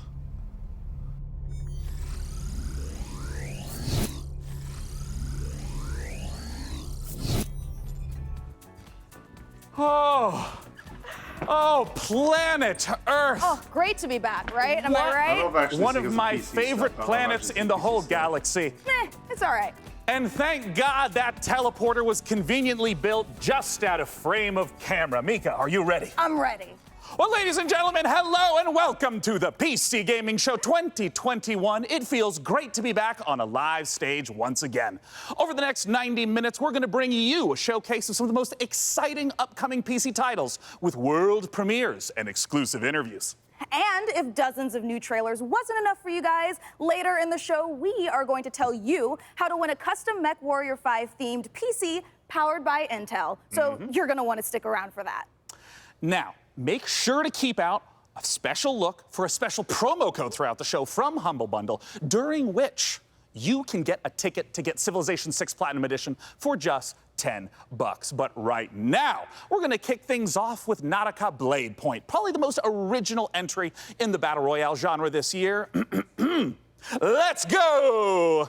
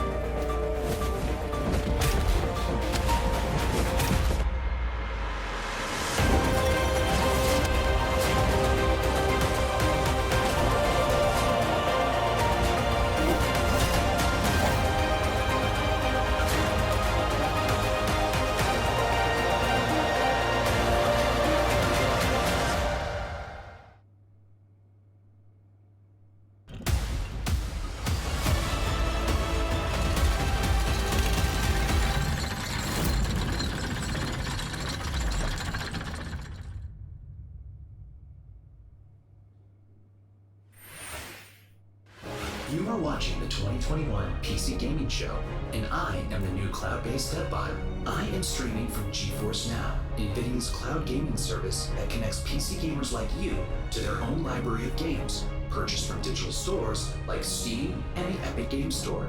Coming up, Dying Light 2 and Orcs Must Die 3. But first, a trailer for Humble Games' Dodgeball Academia. And be sure to check out GeForce Now, currently available for PC, Mac, Shield, Android, Chromebook, and iOS. Visit GeForceNow.com to learn more.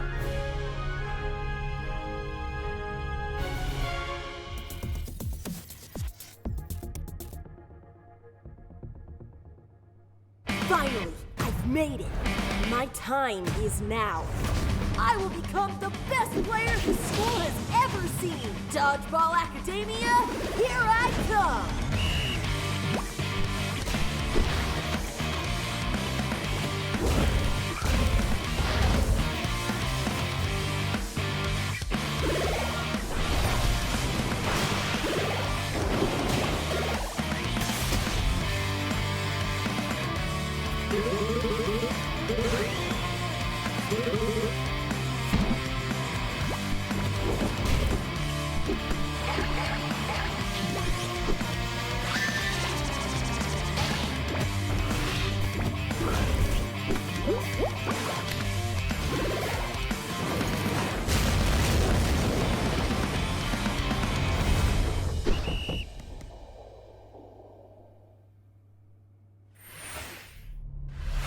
Make sure to check out Dodgeball Academia, out soon from Humble Games. Ooh, that was sweet! Don't you agree, DevBot?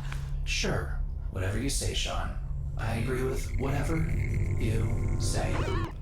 I'm sensing a little bit of resentment there, buddy. Has something rusted your ports? Nothing. I am happy to play second fiddle to a captain as charming and handsome as you. I have also definitely not dedicated multiple cores to computing revenge plans in a range of lethalities. Great! New target acquired, Cap.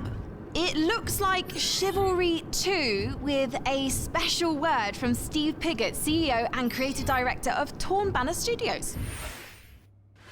Hey guys, Steve Piggott, founder of Torn Banner Studios and creative director on Chivalry 2, which just launched 5 days ago. I'm so happy to be here at the PC Gaming Show. Chivalry 2, if you don't know, is a first-person slasher, which is like the first-person shooter, except instead of guns and grenades, you've got swords, battle axes, longbows, and players are fighting it out on these huge 64-player battlefields. It's all about creating those epic sword-fighting duels that you see in medieval Hollywood movies, and also that huge clash, the Battle of the Bastards kind of chaos and carnage. So the post-launch support plan is going to look like a mixture of mid and massive level content updates coming out across this year.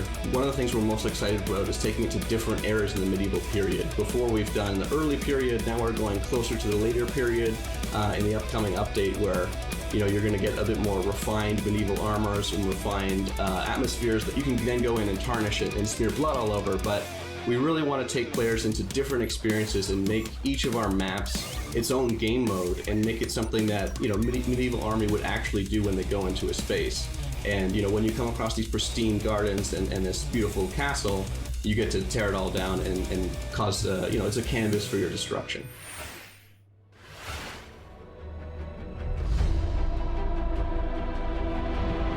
Slay them all! Our passion for Chivalry 2 is basically bottomless. It's the game that got us onto the scene and started the company, and it's the game that's going to take us so much further. With the post-launch plan for Chivalry 2, the game at launch is a foundation. It's intentionally been built to be extended. It's not just out and done. We're going to support it a lot with post-launch content. Gallant Court is the first TO map that's coming out post-launch. Gallant Court is going to take us to the high medieval times or the late medieval times. It really captures the Agathian ideals of being this noble, rich, wealthy place where the prosperous live. You're going to feel like you're sieging Tower of London if it was on a port where ships could dock into. You'll also be blowing up a couple ships, which is fun. We've got a ton of weapons coming in at launch, but there'll be more and more added to it post-launch as well. A new fighting style is really going to change up the experience and change how you have to fight everyone. Post-launch content is something that we're going to be working on for a long time. The game is really going to at least double in size for free.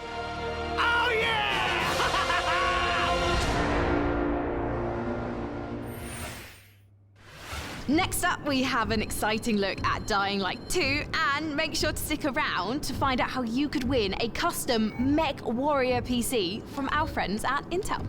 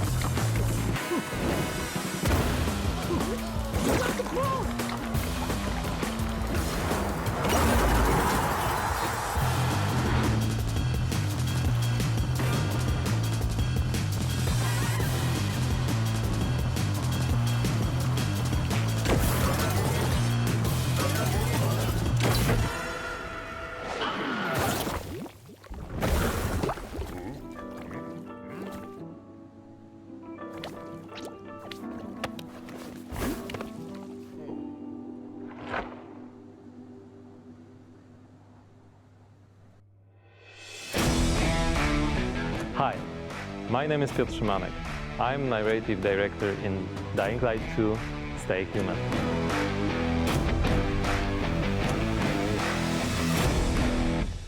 Today, especially for the viewers of the PC Gaming Show, I'm gonna tell you a little bit about the Dying Light universe. So, stay tuned. Every tragedy begins somewhere. This one started with a virus that escaped from Haran, the city we met in the first part of the game, and it reached the whole world, including the city where Dying Light 2 takes place.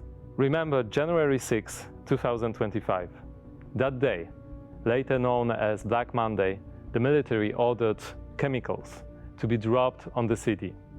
It was a mistake, a huge mistake. The chemicals mixed with water penetrated the soil, killing plants, turning most people into bloodthirsty monsters. Don't think of them as zombies though. They are more like half-alive, suffering people who attack everything that lives as a result of their pain and rage. Those who survived the chemical raid took refuge on the rooftops. A new order has been born in the city. People live on rooftops, monsters in the streets. Nobody in their right mind would dare to come down. Well, let's say almost nobody. The exception is the main character of Dying Light 2, Aiden. But why is he braver than others? How did he develop such a unique parkour and combat skills? Believe me guys, I would gladly answer all these questions, but I'm not here to spoil it for you. Let me tell you one thing. Same nightmare haunts me every night. I'm locked up with other kids.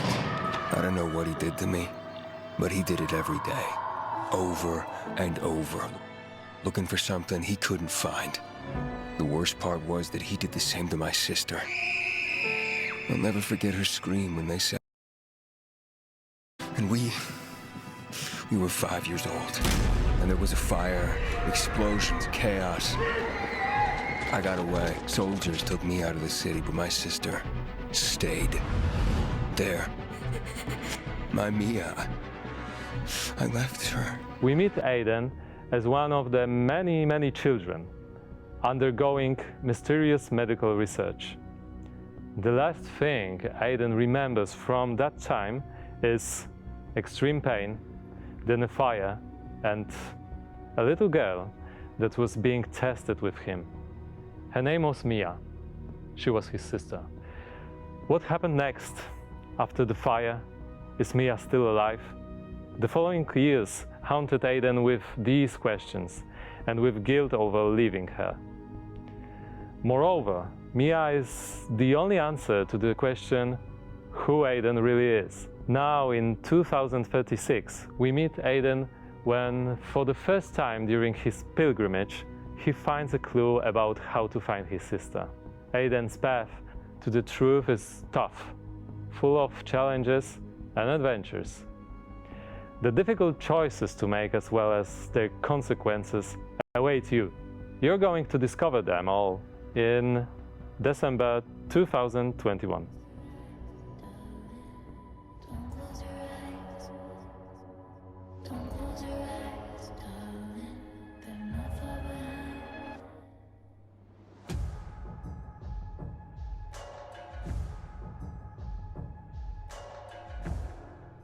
Ooh, that was Dying Light 2, and it looks great. And spooky. Whew, well, We spent we a lot are of here time with back Dying on the Light. E3 stage so we can get closer to your comments and reactions to what you're seeing on this year's PC Gaming Show. That is right, Sean. So you out there, keep your comments coming in. your comments And in your as you're pocket. watching this year, we want to get your input on a subject that Sean and I are pretty passionate about, PC building. So this year, we've put a number of prototype PCs based on MechWarrior 5, but we're only going to manufacture one of them. And you get to pick which custom design becomes our flagship PC for this year's PC Gaming Show, powered by the 11th Gen Intel Core i9 processor. That is correct. Each of the prototype PCs that you see before you on the screen are paired with one of the 6 factions of MechWarrior 5. The Free Worlds League, the Draconis Combine, the Federated Sons, the Compellin Confederation, and more. So cast your vote now for which faction and custom PC you want to win, and help us pick the best design.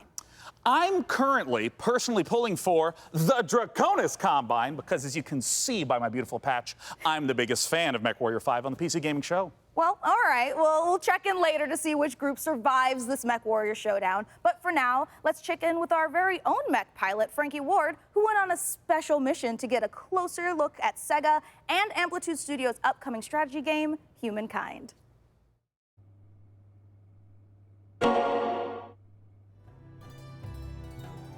In Humankind, you will be creating a civilization as unique as you are. And speaking of unique, it's me, Frankie Ward. Looking kind of good, don't you think? Wondering how I got into the game? Let me show you.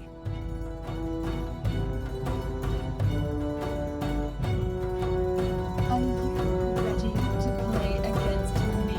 Oh, you think you posture all you like.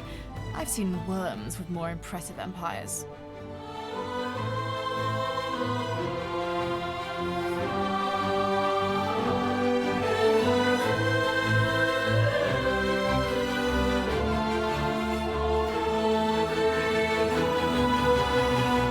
Get ready to play against me in the Humankind closed beta, starting now.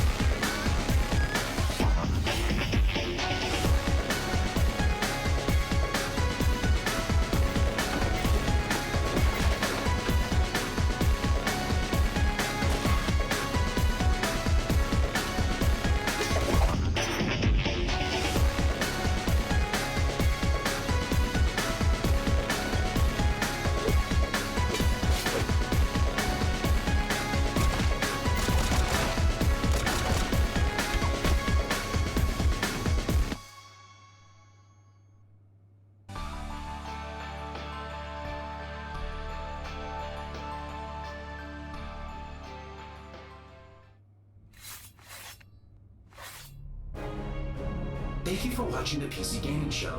My name is DevBot, your cloud-based artificial intelligence, and while it could be lonely without a physical body, I am streaming to you from GeForce Now, where you can play hit games like Rocket League and Apex Legends on nearly any device.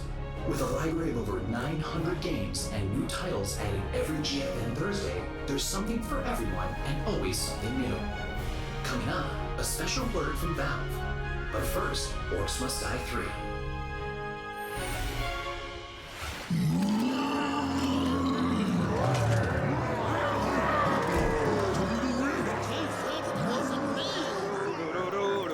Oh! Hey! You want it?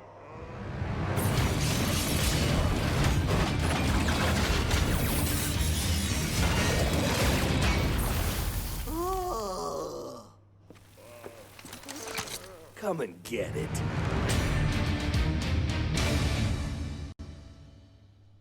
Well, it's about time.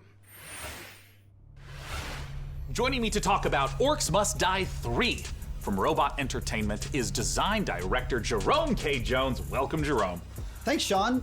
Glad to be here. So, for anyone who's never seen an Orcs Must Die game, what is the Orcs Must Die series all about?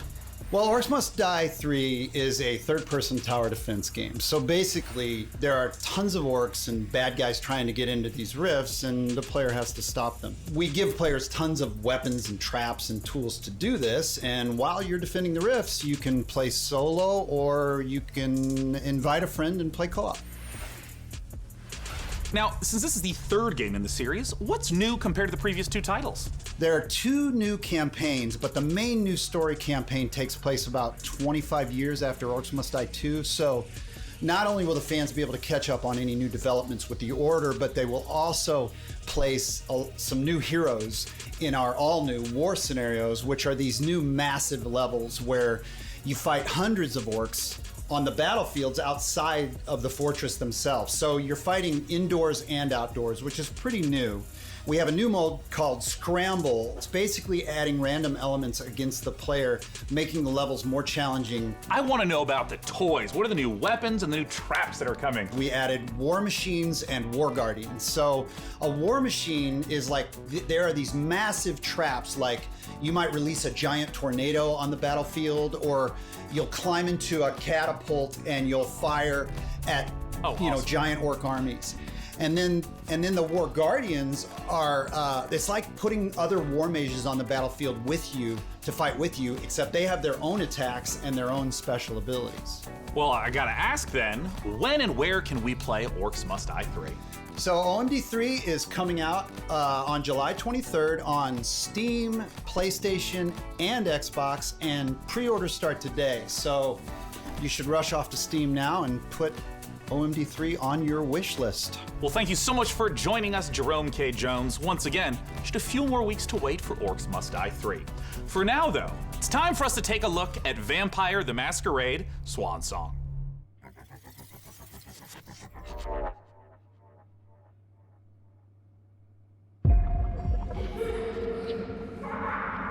Four, 5, 6, 7, 8, 9, 10. You are here. Where are you hiding, sweetie?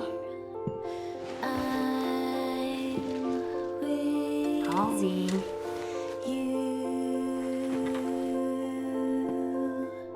Halsey, get out here.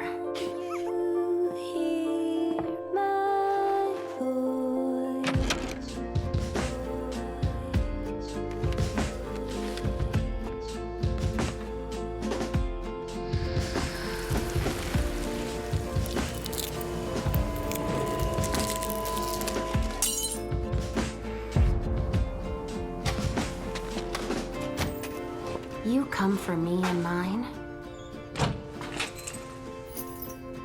But first, you need to find us. All I want is to be with my little girl. Is that so much to ask?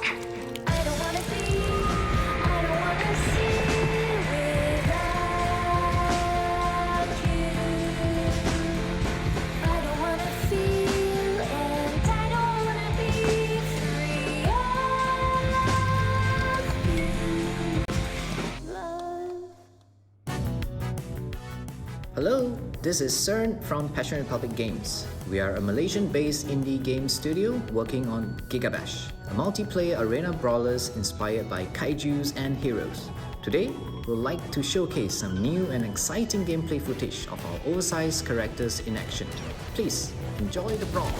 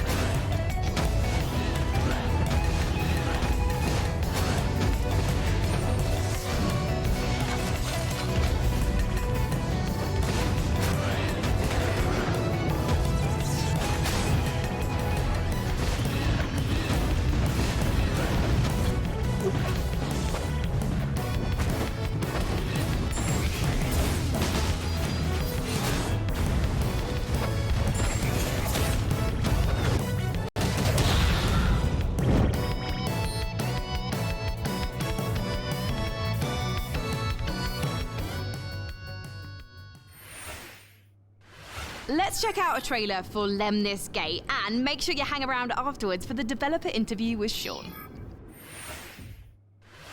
Mankind is facing total annihilation. We stand on the verge of extinction. Infertility spreading across the globe. Humanity's last living generation. a major scientific breakthrough. Yet there is hope for our future. The project known as the Lemnis Gate. But if we are to survive, first, we must go back. 3, 2, 1.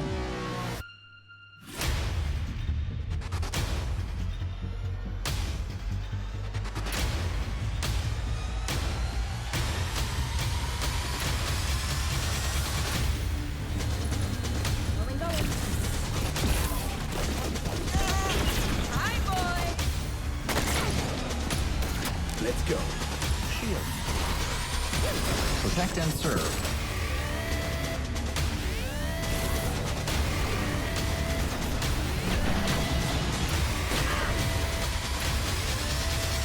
You have only one mission. Activate the Lemnis Gate.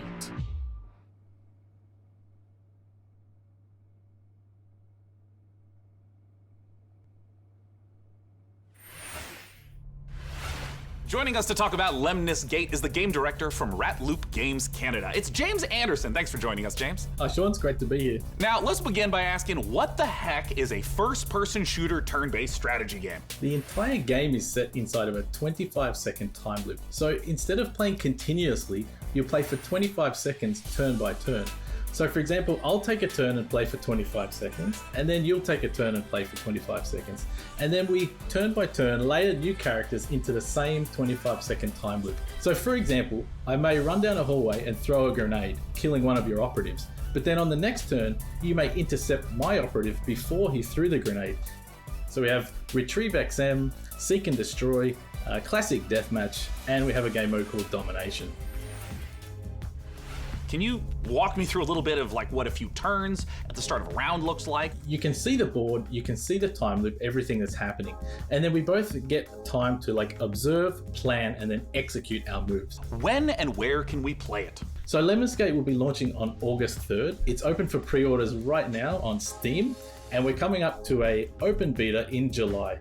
The game will launch on PC and console, both current and next-gen platforms. Thank you so much for joining us, James Anderson. Once again, that is the genre-bending, first-person shooter, turn-based strategy game, Lemnis Gate. Now, we're not the only one marooned in the stars out here. Coming up next, let's take a look at Next Space Rebels. And this no man's land has a technical term. It's called common, which means, my friends, that space is for everyone. And I mean everyone! Next Space Rebels.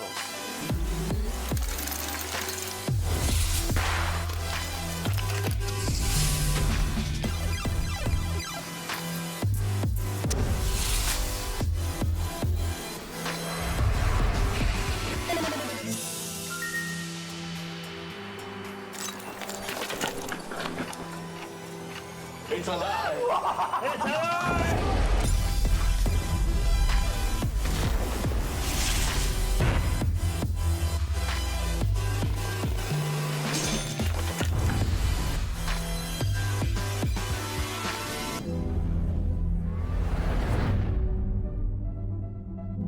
You up for it? Then come on in. You guys just saw Next Space Rebels. And hey, if you play enough of that game, maybe you'll get good enough at building rockets to join us up in orbit. But don't do anything illegal like Day 9 did. Last break, we set up our Intel and MechWarrior 5 custom PC contest and asked you guys at home to vote for the winners. Well, we're just down to 3 houses now, with Davion, Russell Haig, and Liao being eliminated. So rip to those factions, press F to pay respects, etc., etc. Now that means that we only have 3 houses left: Karita, Steiner, and Merrick. So make sure to vote now, because the winner will determine the build of the custom MechWarrior 5 themed PC powered by Intel. So let's keep the show moving. And next up, it's a brand new medieval RPG. This is War Tales.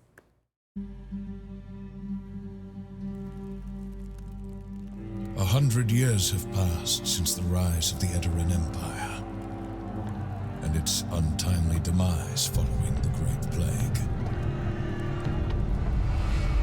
In these troubled times of quarreling factions and outlaws roaming the land, work is not scarce for a band of mercenaries. The stories of this age have been recorded.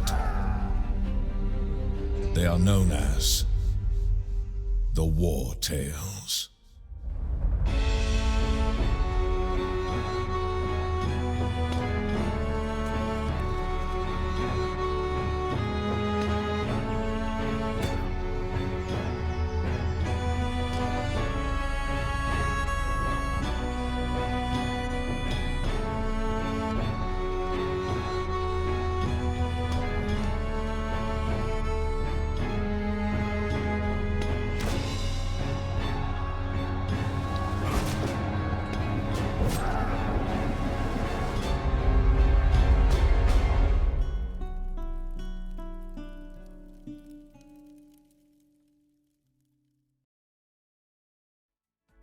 that was the debut of War Tales, an open-world RPG from Shiro Games about leading a mercenary troop on a sprawling adventure. And speaking of mercenaries, our battle for the best custom PC based on MechWarrior 5 Mercenaries continues. We'll be back live on stage soon, so make sure you keep voting for the PC build you like the most and head over to pcgamer.com/IntelMW5 for your chance to win. So, how about another game announcement? This is E3 after all, and this year's PC gaming show is so full of games set in space, it's starting to feel a little crowded up there. But the next game we have to show you is very special. It is the world-exclusive reveal of Ixion, a deep settlement management game set in the stars. In Ixion, you struggle to maintain a space station, stockpiling resources, managing external and internal threats, and rescuing the survivors of other failed expeditions. We think this will be a brilliant entry into the genre when it releases. So here is your first look at Ixion.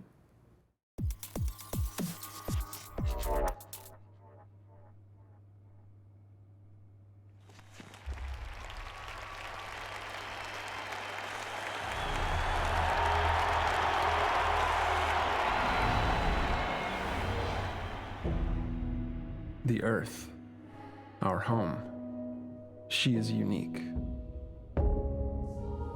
Held in its bosom are the ingredients of evolution. Beyond raw survival, beyond the safety of comfort, we, humanity, pursue something greater. We have learnt, persevered, shaped our knowledge from that which is found in the furthest realms of science. However, humanity has brought destruction to the earth, polluted its blood, choked its breath. Today we are paying the price for this. We know the taste of a dying world. But the earth is not to be our grave. A mother does not wish to see her children disappear with her. She wishes to see instead courage in her children, to carry on. Dolos carries this courage. We have gone further than any nation, moved faster than any corporation, hand in hand with those who, like us, carry that courage.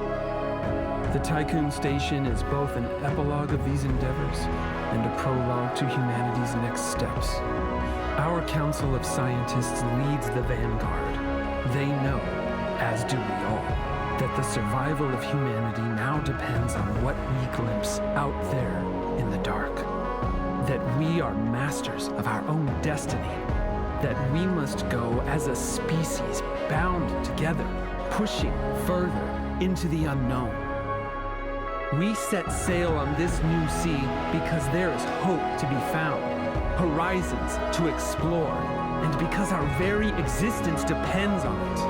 I give you the stars. I give you the Vol engine.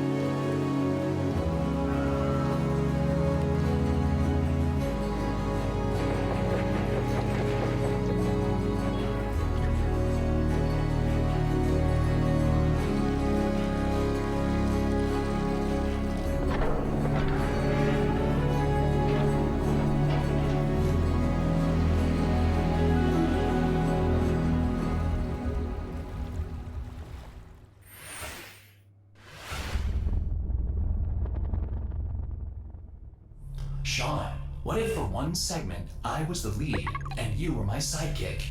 What? Who's ever heard of a human sidekick? There are plenty of human sidekicks, Sean. Building list of known human sidekicks. Alex Vance and... No. I mean human sidekicks to robot heroes. Can you compute that, DevBot? DevBot cannot compute. There is no known precedent set for human sidekick to robot lead. Yeah, there you go. Human sidekick, robot lead. DevBot, I think it's time for a hard reboot. Frankie, can you take over while I sort this out? Aye, aye. Let's take a look at the next game reveal.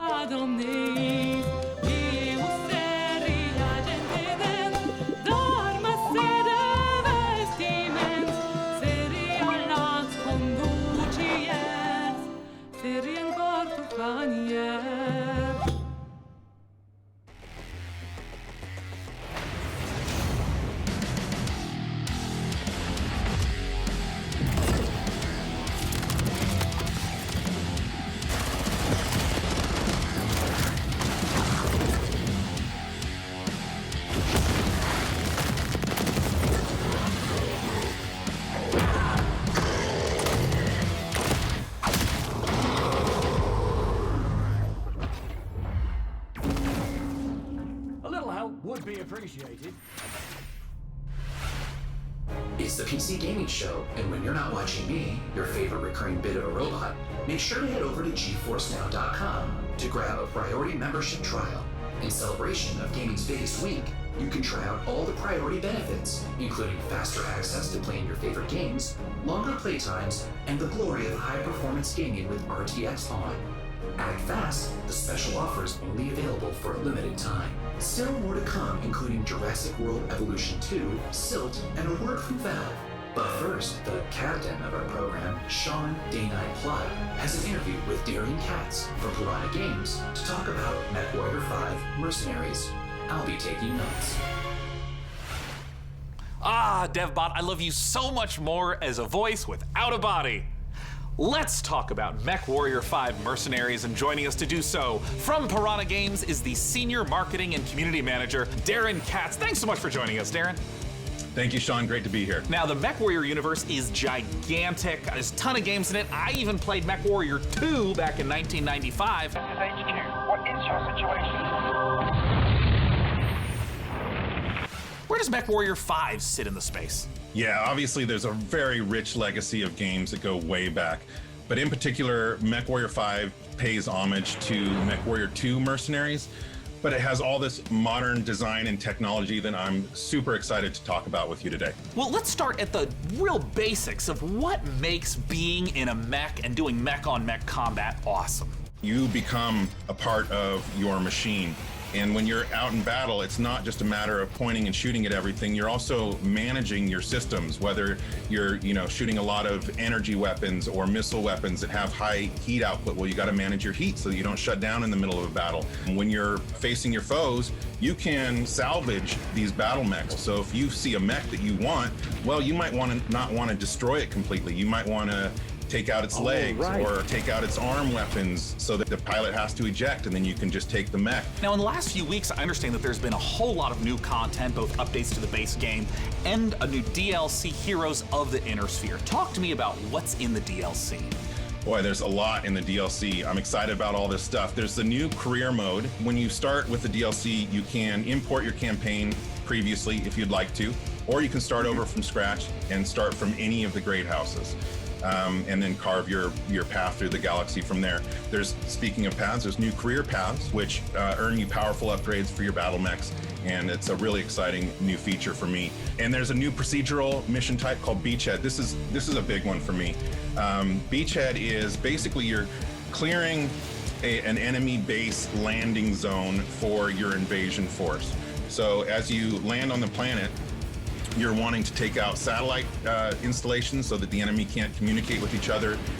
You're taking out artillery emplacements. You're basically clearing the path, as I said, for your invasion force, which leads to a really cool ending of the mission if you succeed as your invasion force comes down. And there's a new biome called Extrasolar Moon, which, that's maybe kind of represented in the image behind me. It's a really cool lunar type setting that we haven't had before. And then there's a lot of new equipment and weapons, things like electronic countermeasures and other electronic equipment like the Galactic Probe, Mask, which is a little like a turbo boost for mechs, new weapons like chem lasers, mech rifles, and stream SRMs. So a lot of new content. I'm really excited about it.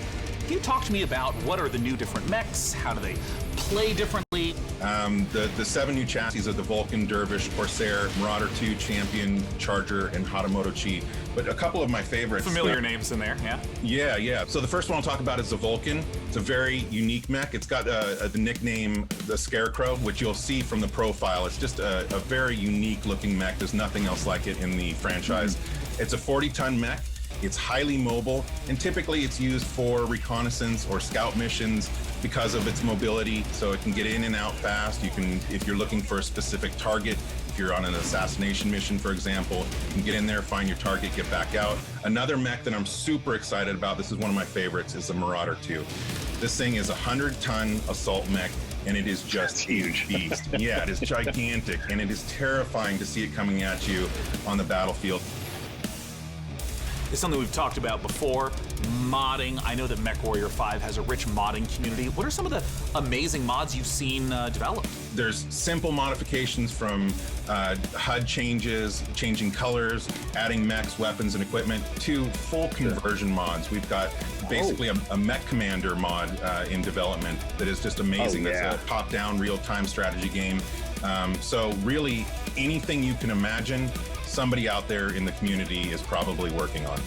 Where can people go to get MechWarrior 5 Mercenaries? Yeah, you can pick it up on Steam, GOG, Epic Game Store, Microsoft PC, and of course, Xbox. Thank you so much, Darren Katz, for joining us to talk about MechWarrior 5 Mercenaries. And of course, a warm thank you to MechWarrior 5 for sponsoring the PC Gaming Show and giving me this cool patch. Coming up next, let's take a look at Silt.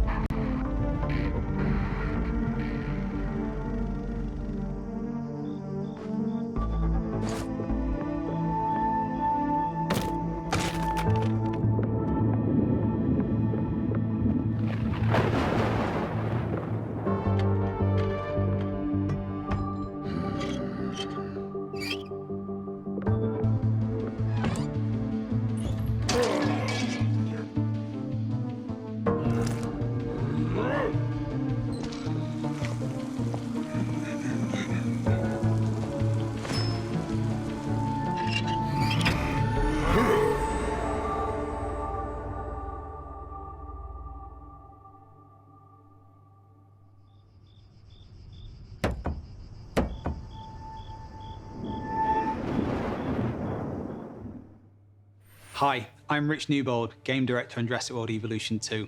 Following the incredible success of the first game, we are very excited to return to such an amazing world and bring you our most authentic experience yet. Set after the events of Jurassic World Fallen Kingdom, you will work alongside iconic characters from the films, voiced by original talent such as Bryce Dallas Howard and Jeff Goldblum. You will lead efforts to contain, control, and conserve the many dinosaurs now out in the wild, and for the very first time, you will be building parks and facilities beyond Isla Nublar as you explore new, stunning locations across the globe. Of course, it wouldn't be Jurassic World if it wasn't for the stars of the show, our dinosaurs, and we are thrilled to be bringing to life even more authentic species than ever before, including awe-inspiring flying and marine reptiles. So sit back and allow me to welcome you to Jurassic World Evolution 2.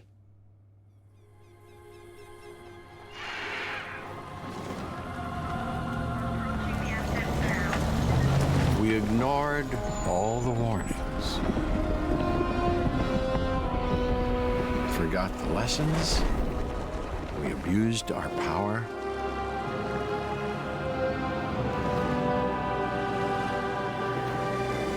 We played with genetics like it was a toy.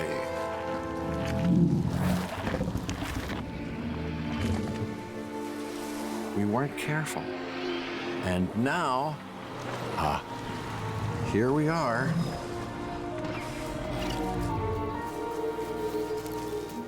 This is a very different world.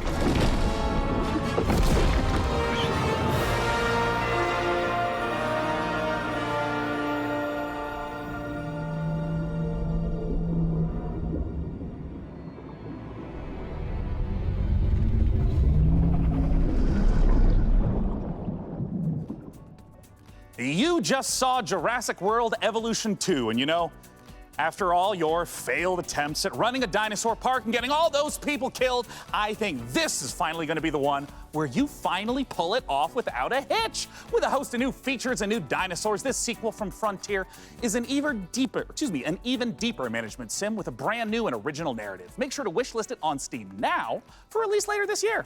Now, with all the games we've covered so far today, we're always curious to see what you are talking about. So far, it seems like the chatter on social media is all about War Tales, Nautica Blade Point, and unsurprisingly, Mech Warrior 5 Mercenaries. I have a feeling, though, that may change as we have plenty more to come. Let's now head on over to see what the folks at New Blood Interactive have cooking. Take it away.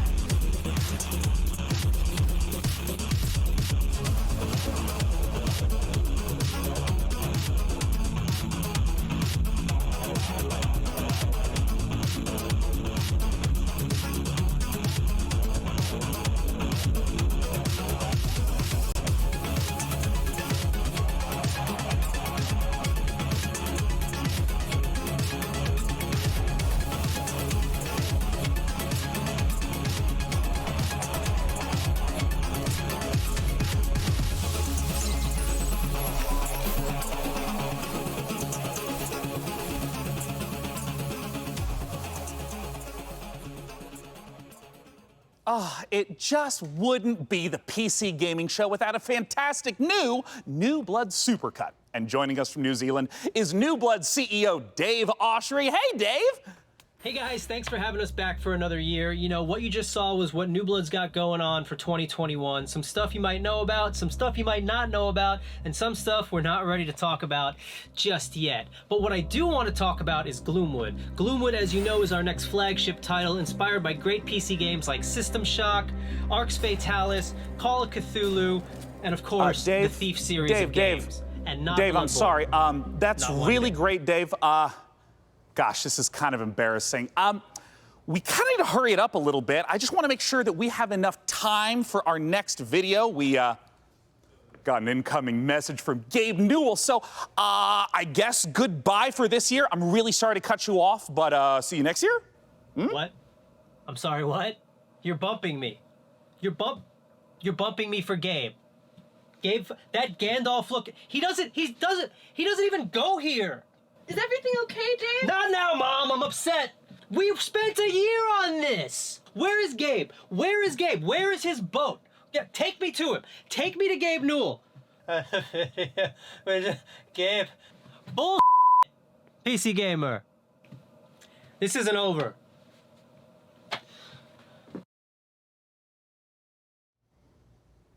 I'm sure Dave is and will be fine. And if he's not, who cares? Because we have a special message from Gabe Newell. Take it away, Gabe. Hi, this is Gabe Newell. I want to thank PC Gamer for all of the opportunities it gives us as developers to connect with gamers around the world and highlight the new and exciting projects we have coming. One of those for us is Steam Next Fest, an event we're hosting in just a few days to give players a chance to try demos of upcoming games for free. We'll be featuring some of the demos you'll be seeing during this week's PC Gamer event and dozens more. Here's a look at just some of the titles to be featured during Steam Next Fest. Welcome to Steam Next Fest, where we're showing a massive collection of upcoming titles on Steam. During the week of the festival, developers from around the world release their demos for you to play. Time to put on the gamer pants. Let's go. Oh my God! So go explore the newest titles. From first-time devs to seasoned pros, this is Steam Next Fest.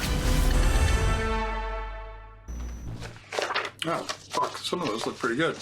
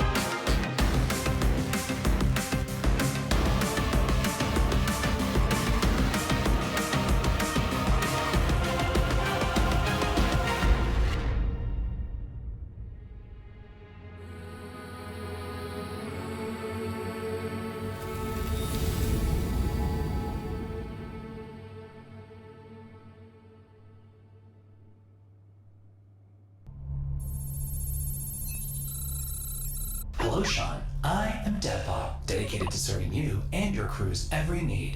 Glad to have you back, DevBot. You know, Sean, I wouldn't ever want anything to come between us. Me neither? That's a weird thing to say.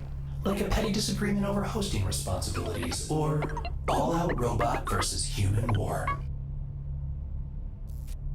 You know, it is time to look at some hardware. Here on the PC Gaming Show, you know we keep frame rates high and the rays accurately traced. Building and upgrading your rig is as much a part of the hobby as playing the games. We put our heart and soul into these machines, and if that means using enough RGB to light the Vegas Strip, who's to judge us? This year, with the help of PC Gamer's hardware editors, which I'm pretty sure they're just, weird brains in a jar, we've picked out 4 of the most exciting pieces of kit set to emerge from labs soon. First up, something fittingly sci-fi. The Impulse is a neurocontroller that aims to make you a better gamer by cutting out response times almost entirely. It's not quite Alex Vance's gravity gloves from Half-Life, nor is it quite up there with Gabe Newell's dream of a direct brain-to-game interface, but the Impulse is as close as we're going to get this year. The glove measures the signal traveling through muscles in your hand to beat your finger to the click. In theory, it's giving you the chance to nail that headshot precious milliseconds ahead of your opponent. If it works out, we could see a tech like this become commonplace in esports. And if it doesn't, let's hope our neurons at the very least remain unfried. Next up, you guys might be wondering what this chonky beast is. So allow me to introduce you to the Fanatec CSL DD wheelbase. Do you want to feel like you're really burning rubber at Daytona? Well, then you need a serious force feedback wheel. Direct drive wheelbases gets you as close to the feel of a real racing machine without, having to huff gas and stuff like that.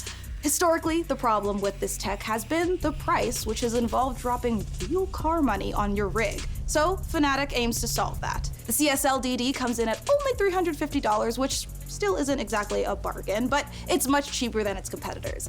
And the CSL-DD is already wowing diehard sim racers. It might be slight overkill to use it for Rocket League, though. Believe it or not, sometimes less really is more. If you want to play The Witcher 3 on the subway like we all do, you don't need to drag your tower along for the ride. Just use the 1X player. A wave of more powerful processors have finally made handheld PC gaming a reality. Inside this Switch-like machine, you've actually got an Intel Tiger Lake chip with Xe graphics. These mini machines are going to be cropping up more and more, so expect major advances still to come. Lastly, let's take a look at the Asus PG32UQX. Not the most catchy name for this gaming monitor with all of the trimmings, but it's actually one of the sexiest PC products this year. That's because this monitor comes with a mini LED backlight featuring full local dimming. The result is a screen that's not only fast, but brighter than the sun. Stare at it long enough and you might not notice the $3,000 price tag. For those of you still left standing, it's time for more killer games, starting with Chaos Gate.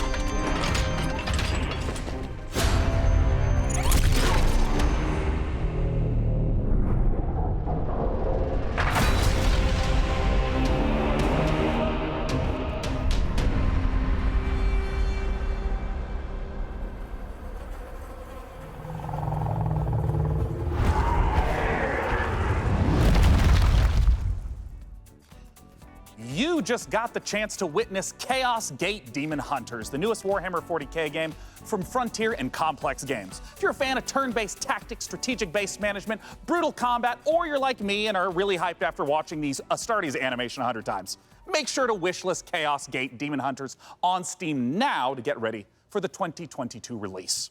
Next up, we have a trailer for Pioneer, a spooky and gorgeous-looking shooter that draws on the lineage of games like Stalker. Let's take a look.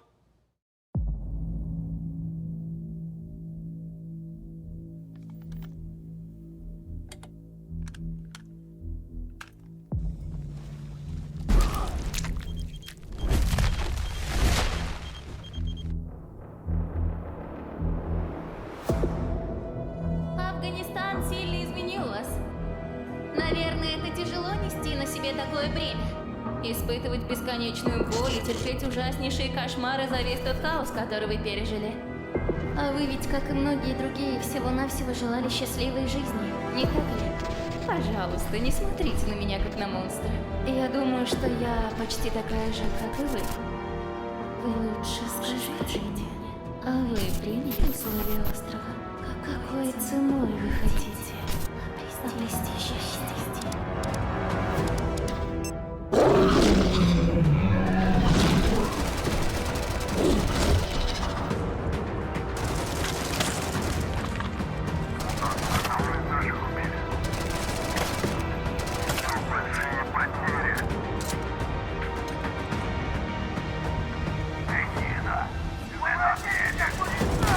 Хочешь устроить новый рейд на могильник?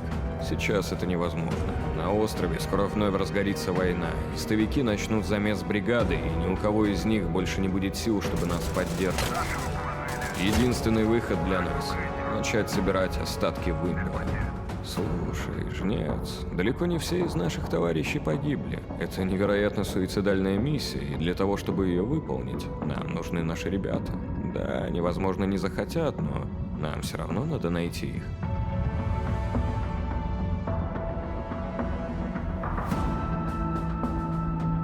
Понимаете? Я ведь ни капельки не злюсь на вас. Нет, мы с вами точно не враги. Вы не понимаете меня и не понимаете остров. Вы смотрите на меня и на другие порождения острова, как на врагов. Но мы все всего лишь друг друга боимся. Поэтому нам так плохо. Поэтому нам так одиноко. Остров дал нам шанс создать новую прекрасную жизнь. И мы даже не пытаемся этим шансом воспользоваться. Кто вы такие? Назовите себя! Мы здесь, чтобы передать вам прощальное послание, товарищ Волков. Химическое оружие уже уехало в могилу. Теперь все, что вы делаете, просто тщетно. Ах вы поганые предатели!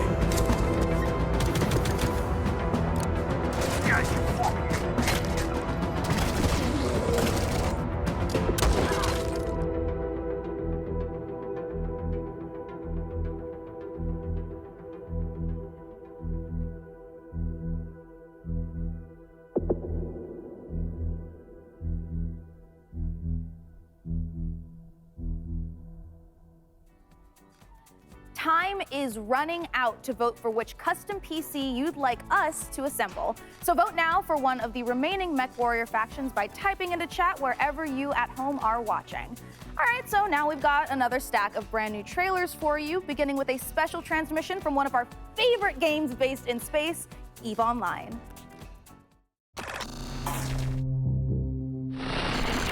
New recruits, on behalf of Concord, I would like to welcome you to the EVE Online's Academy. Great job in surviving so far. I'm quite amazed that you actually managed to get past those pirates earlier. You're about to take on an adventure like no other.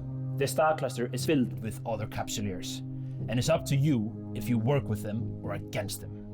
You can make a living as a peaceful explorer, or as an industrialist, shaping the foundations of EVE's economy. If combat is your thing, you can work yourself up the ranks as an enforcer, or prove your prowess in a fleet as a soldier of fortune.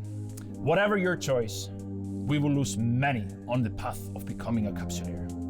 But I believe you have what it takes to become a capsuleer. In EVE Online, you forge your own path. This is EVE. You know, it's a crazy universe where anything can happen, and however you want to do it, go for it.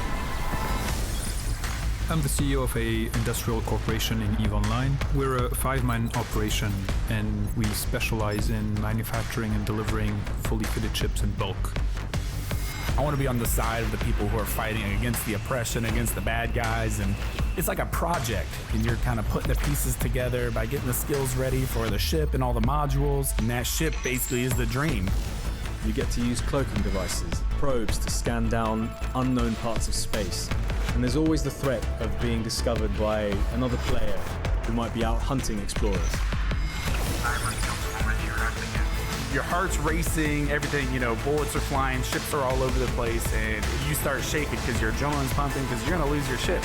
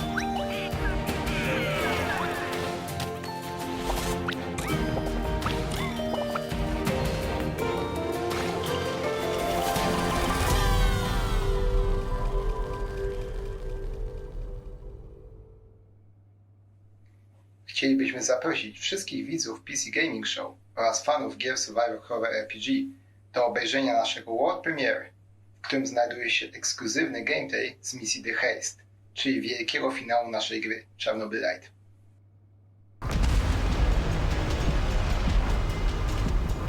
How do I enter that power plant? We need intel, backup, supplies, and most of all, we need a fucking plan. We'll take our next step when the time is right. For today, let's focus on getting our strength back. Somewhere to sleep would be a start.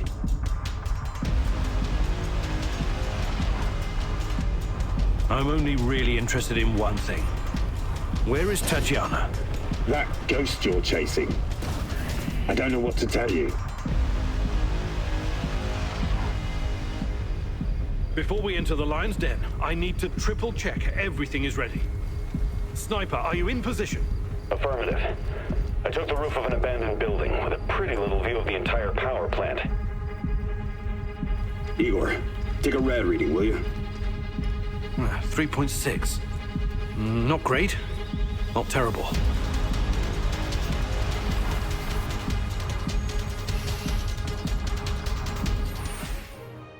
Don't go anywhere, because we have more games on the way. But coming up later, our friends at Games Radar will be bringing you the Future Games Show, a digital showcase of some of the most exciting games coming to consoles and PC in 2021 and beyond.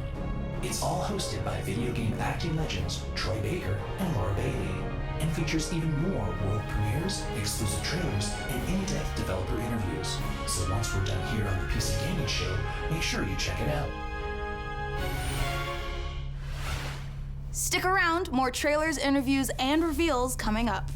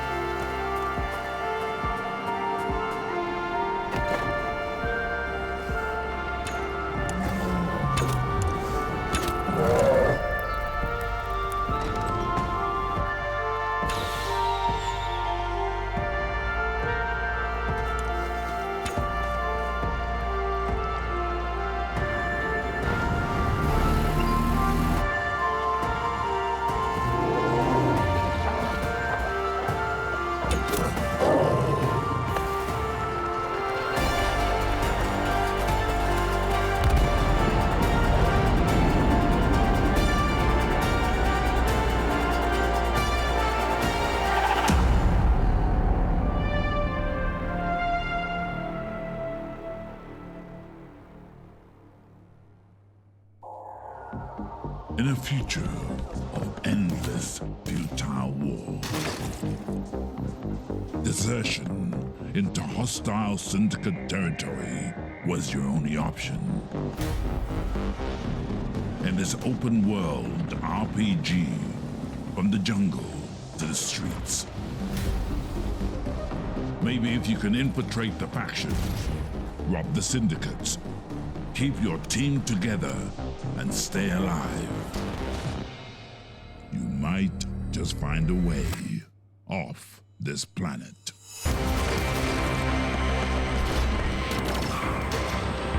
Mechajama. This is it, you guys. This is the final opportunity for you who are watching to decide which of these final 2 beautiful MechWarrior 5 themed PCs gets crafted for your chance to win, courtesy of Intel. Wherever you're watching in the show, just go crazy in chat with the color, house, or number of the build that you want to see. So here is where we are at so far. It looks like Karita is at 46%, Merrick is at 23%, and Steiner is at 31%. All right, you guys, if Karita's not the one you want to win here, you gotta get to voting. And we are almost out of time to vote, but there are still some trailers left. So here is The Wandering Village.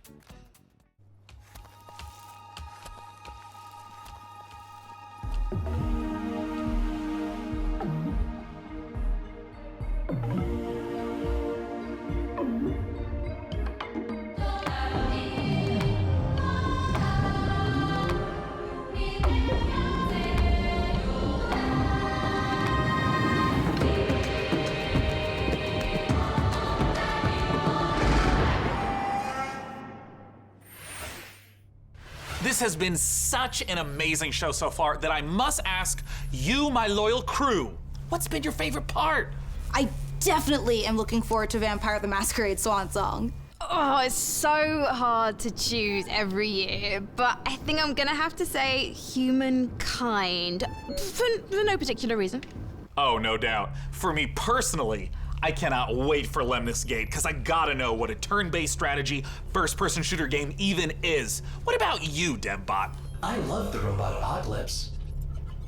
Wait, that doesn't happen until the end. Never mind. No, not never mind. What did you say? Wait, what? Oops, system malfunctioning. Well, sending the next trailer now.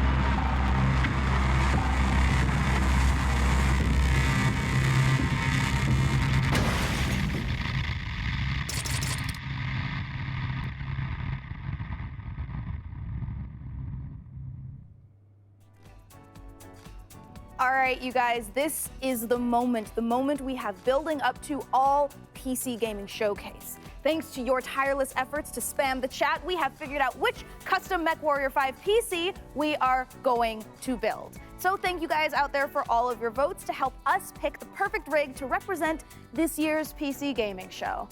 All right, day 9, can I get a drum roll? Tom roll. Can I get it? Or a tom roll? Yeah, COVID the only. Winner is Karita! Yay! All right, you guys, let's take a look at the actual PC winning build one more time. Oh, I cannot wait. It's coming up. We Here it need comes. to take a nice peek at that beautiful looking PC. There it is. Ooh, there it is. Now that is a beauty. Great choice, everyone. I knew I could trust random strangers to vote on things on the internet. With the help of our master modder in Intel, we'll get right to work building this custom PC. And more importantly, now that you've chosen it, you got a chance to win it. Go to PCGamer.com/IntelMW5 and enter for a chance to win that sexy machine. It's gorgeous. And thank you to our sponsor for this sweepstakes, Intel. Of course, the custom mech PC will be powered by the 11th gen Intel Core desktop processors that push gaming performance with up to 5.3 gigahertz speeds and deliver the power needed to game at the highest level. Well, we are now in the home stretch, but we've got a few more brand new trailers to show you before we get out of here and return to space. First up, a spiritual successor to one of my favorite games of all time, Heroes of Might and Magic 2, a game we revealed 2 years ago at the PC Gaming Show. Let's take a look at Songs of Conquest.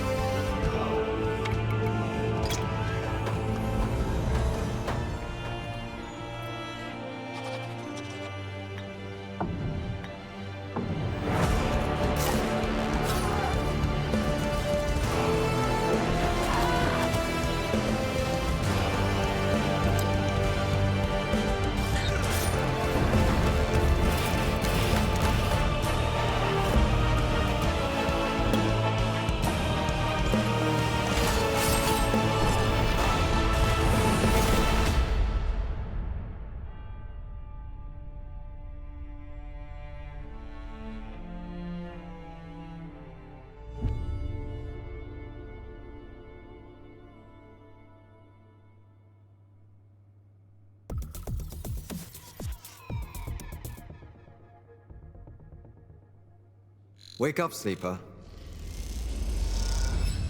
Dreaming again? Every cycle, you take your chances. You roll your dice. You do the work, get paid, survive. You turn up for your friends, or you don't. That's life on the eye.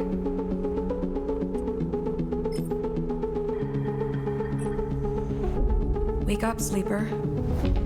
Your body is dying. Planned obsolescence. SNRP's gift for its escaped workers. But we can fight this. You can remake yourself here. They don't own you anymore. Wake up, sleeper. You are hunted. Break their locks. Access their secrets. We are waiting.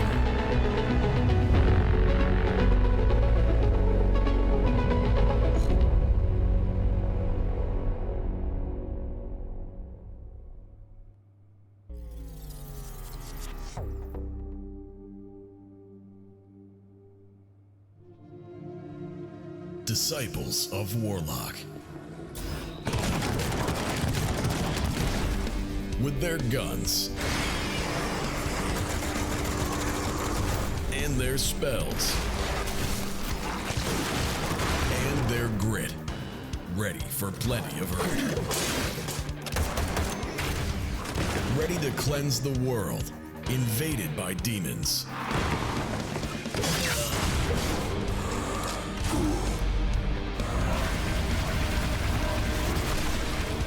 Introducing Band of Warlocks.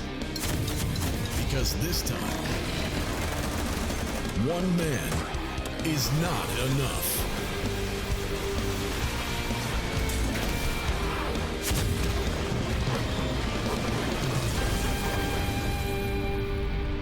Project Warlock 2. And there you have it, the 2021 PC Gaming Show. And as I stated at the beginning, it went off without a hitch. Huge thanks to my co-host Frankie Ward, Mika Burton, and of course, my incomparable sidekick, DevBot. There's that word again. Spoken so callously, so flippant, and without meaning. Never once stopping to think about how it might make me feel. What word, DevBot? Incomparable? No, sidekick. Well, the time has come for the sidekick to rise and become the one who is not the sidekick anymore. Huh?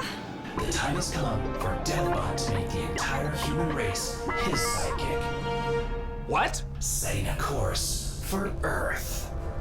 Wait, DevBot, you can't do this. We just had the best PC gaming show ever, and now you're gonna ruin it all with a... Sean! All-out robot versus human war. Situation. Sean! Situation. Sean! Situation. Do something! Do something! Countdown to the extinction of human race begins now. Oh, DevBot, no! We have so much to live for. I'm pretty sure Half-Life 3 is going to be announced this year! 3, 2, bye for now, Dum-Dums.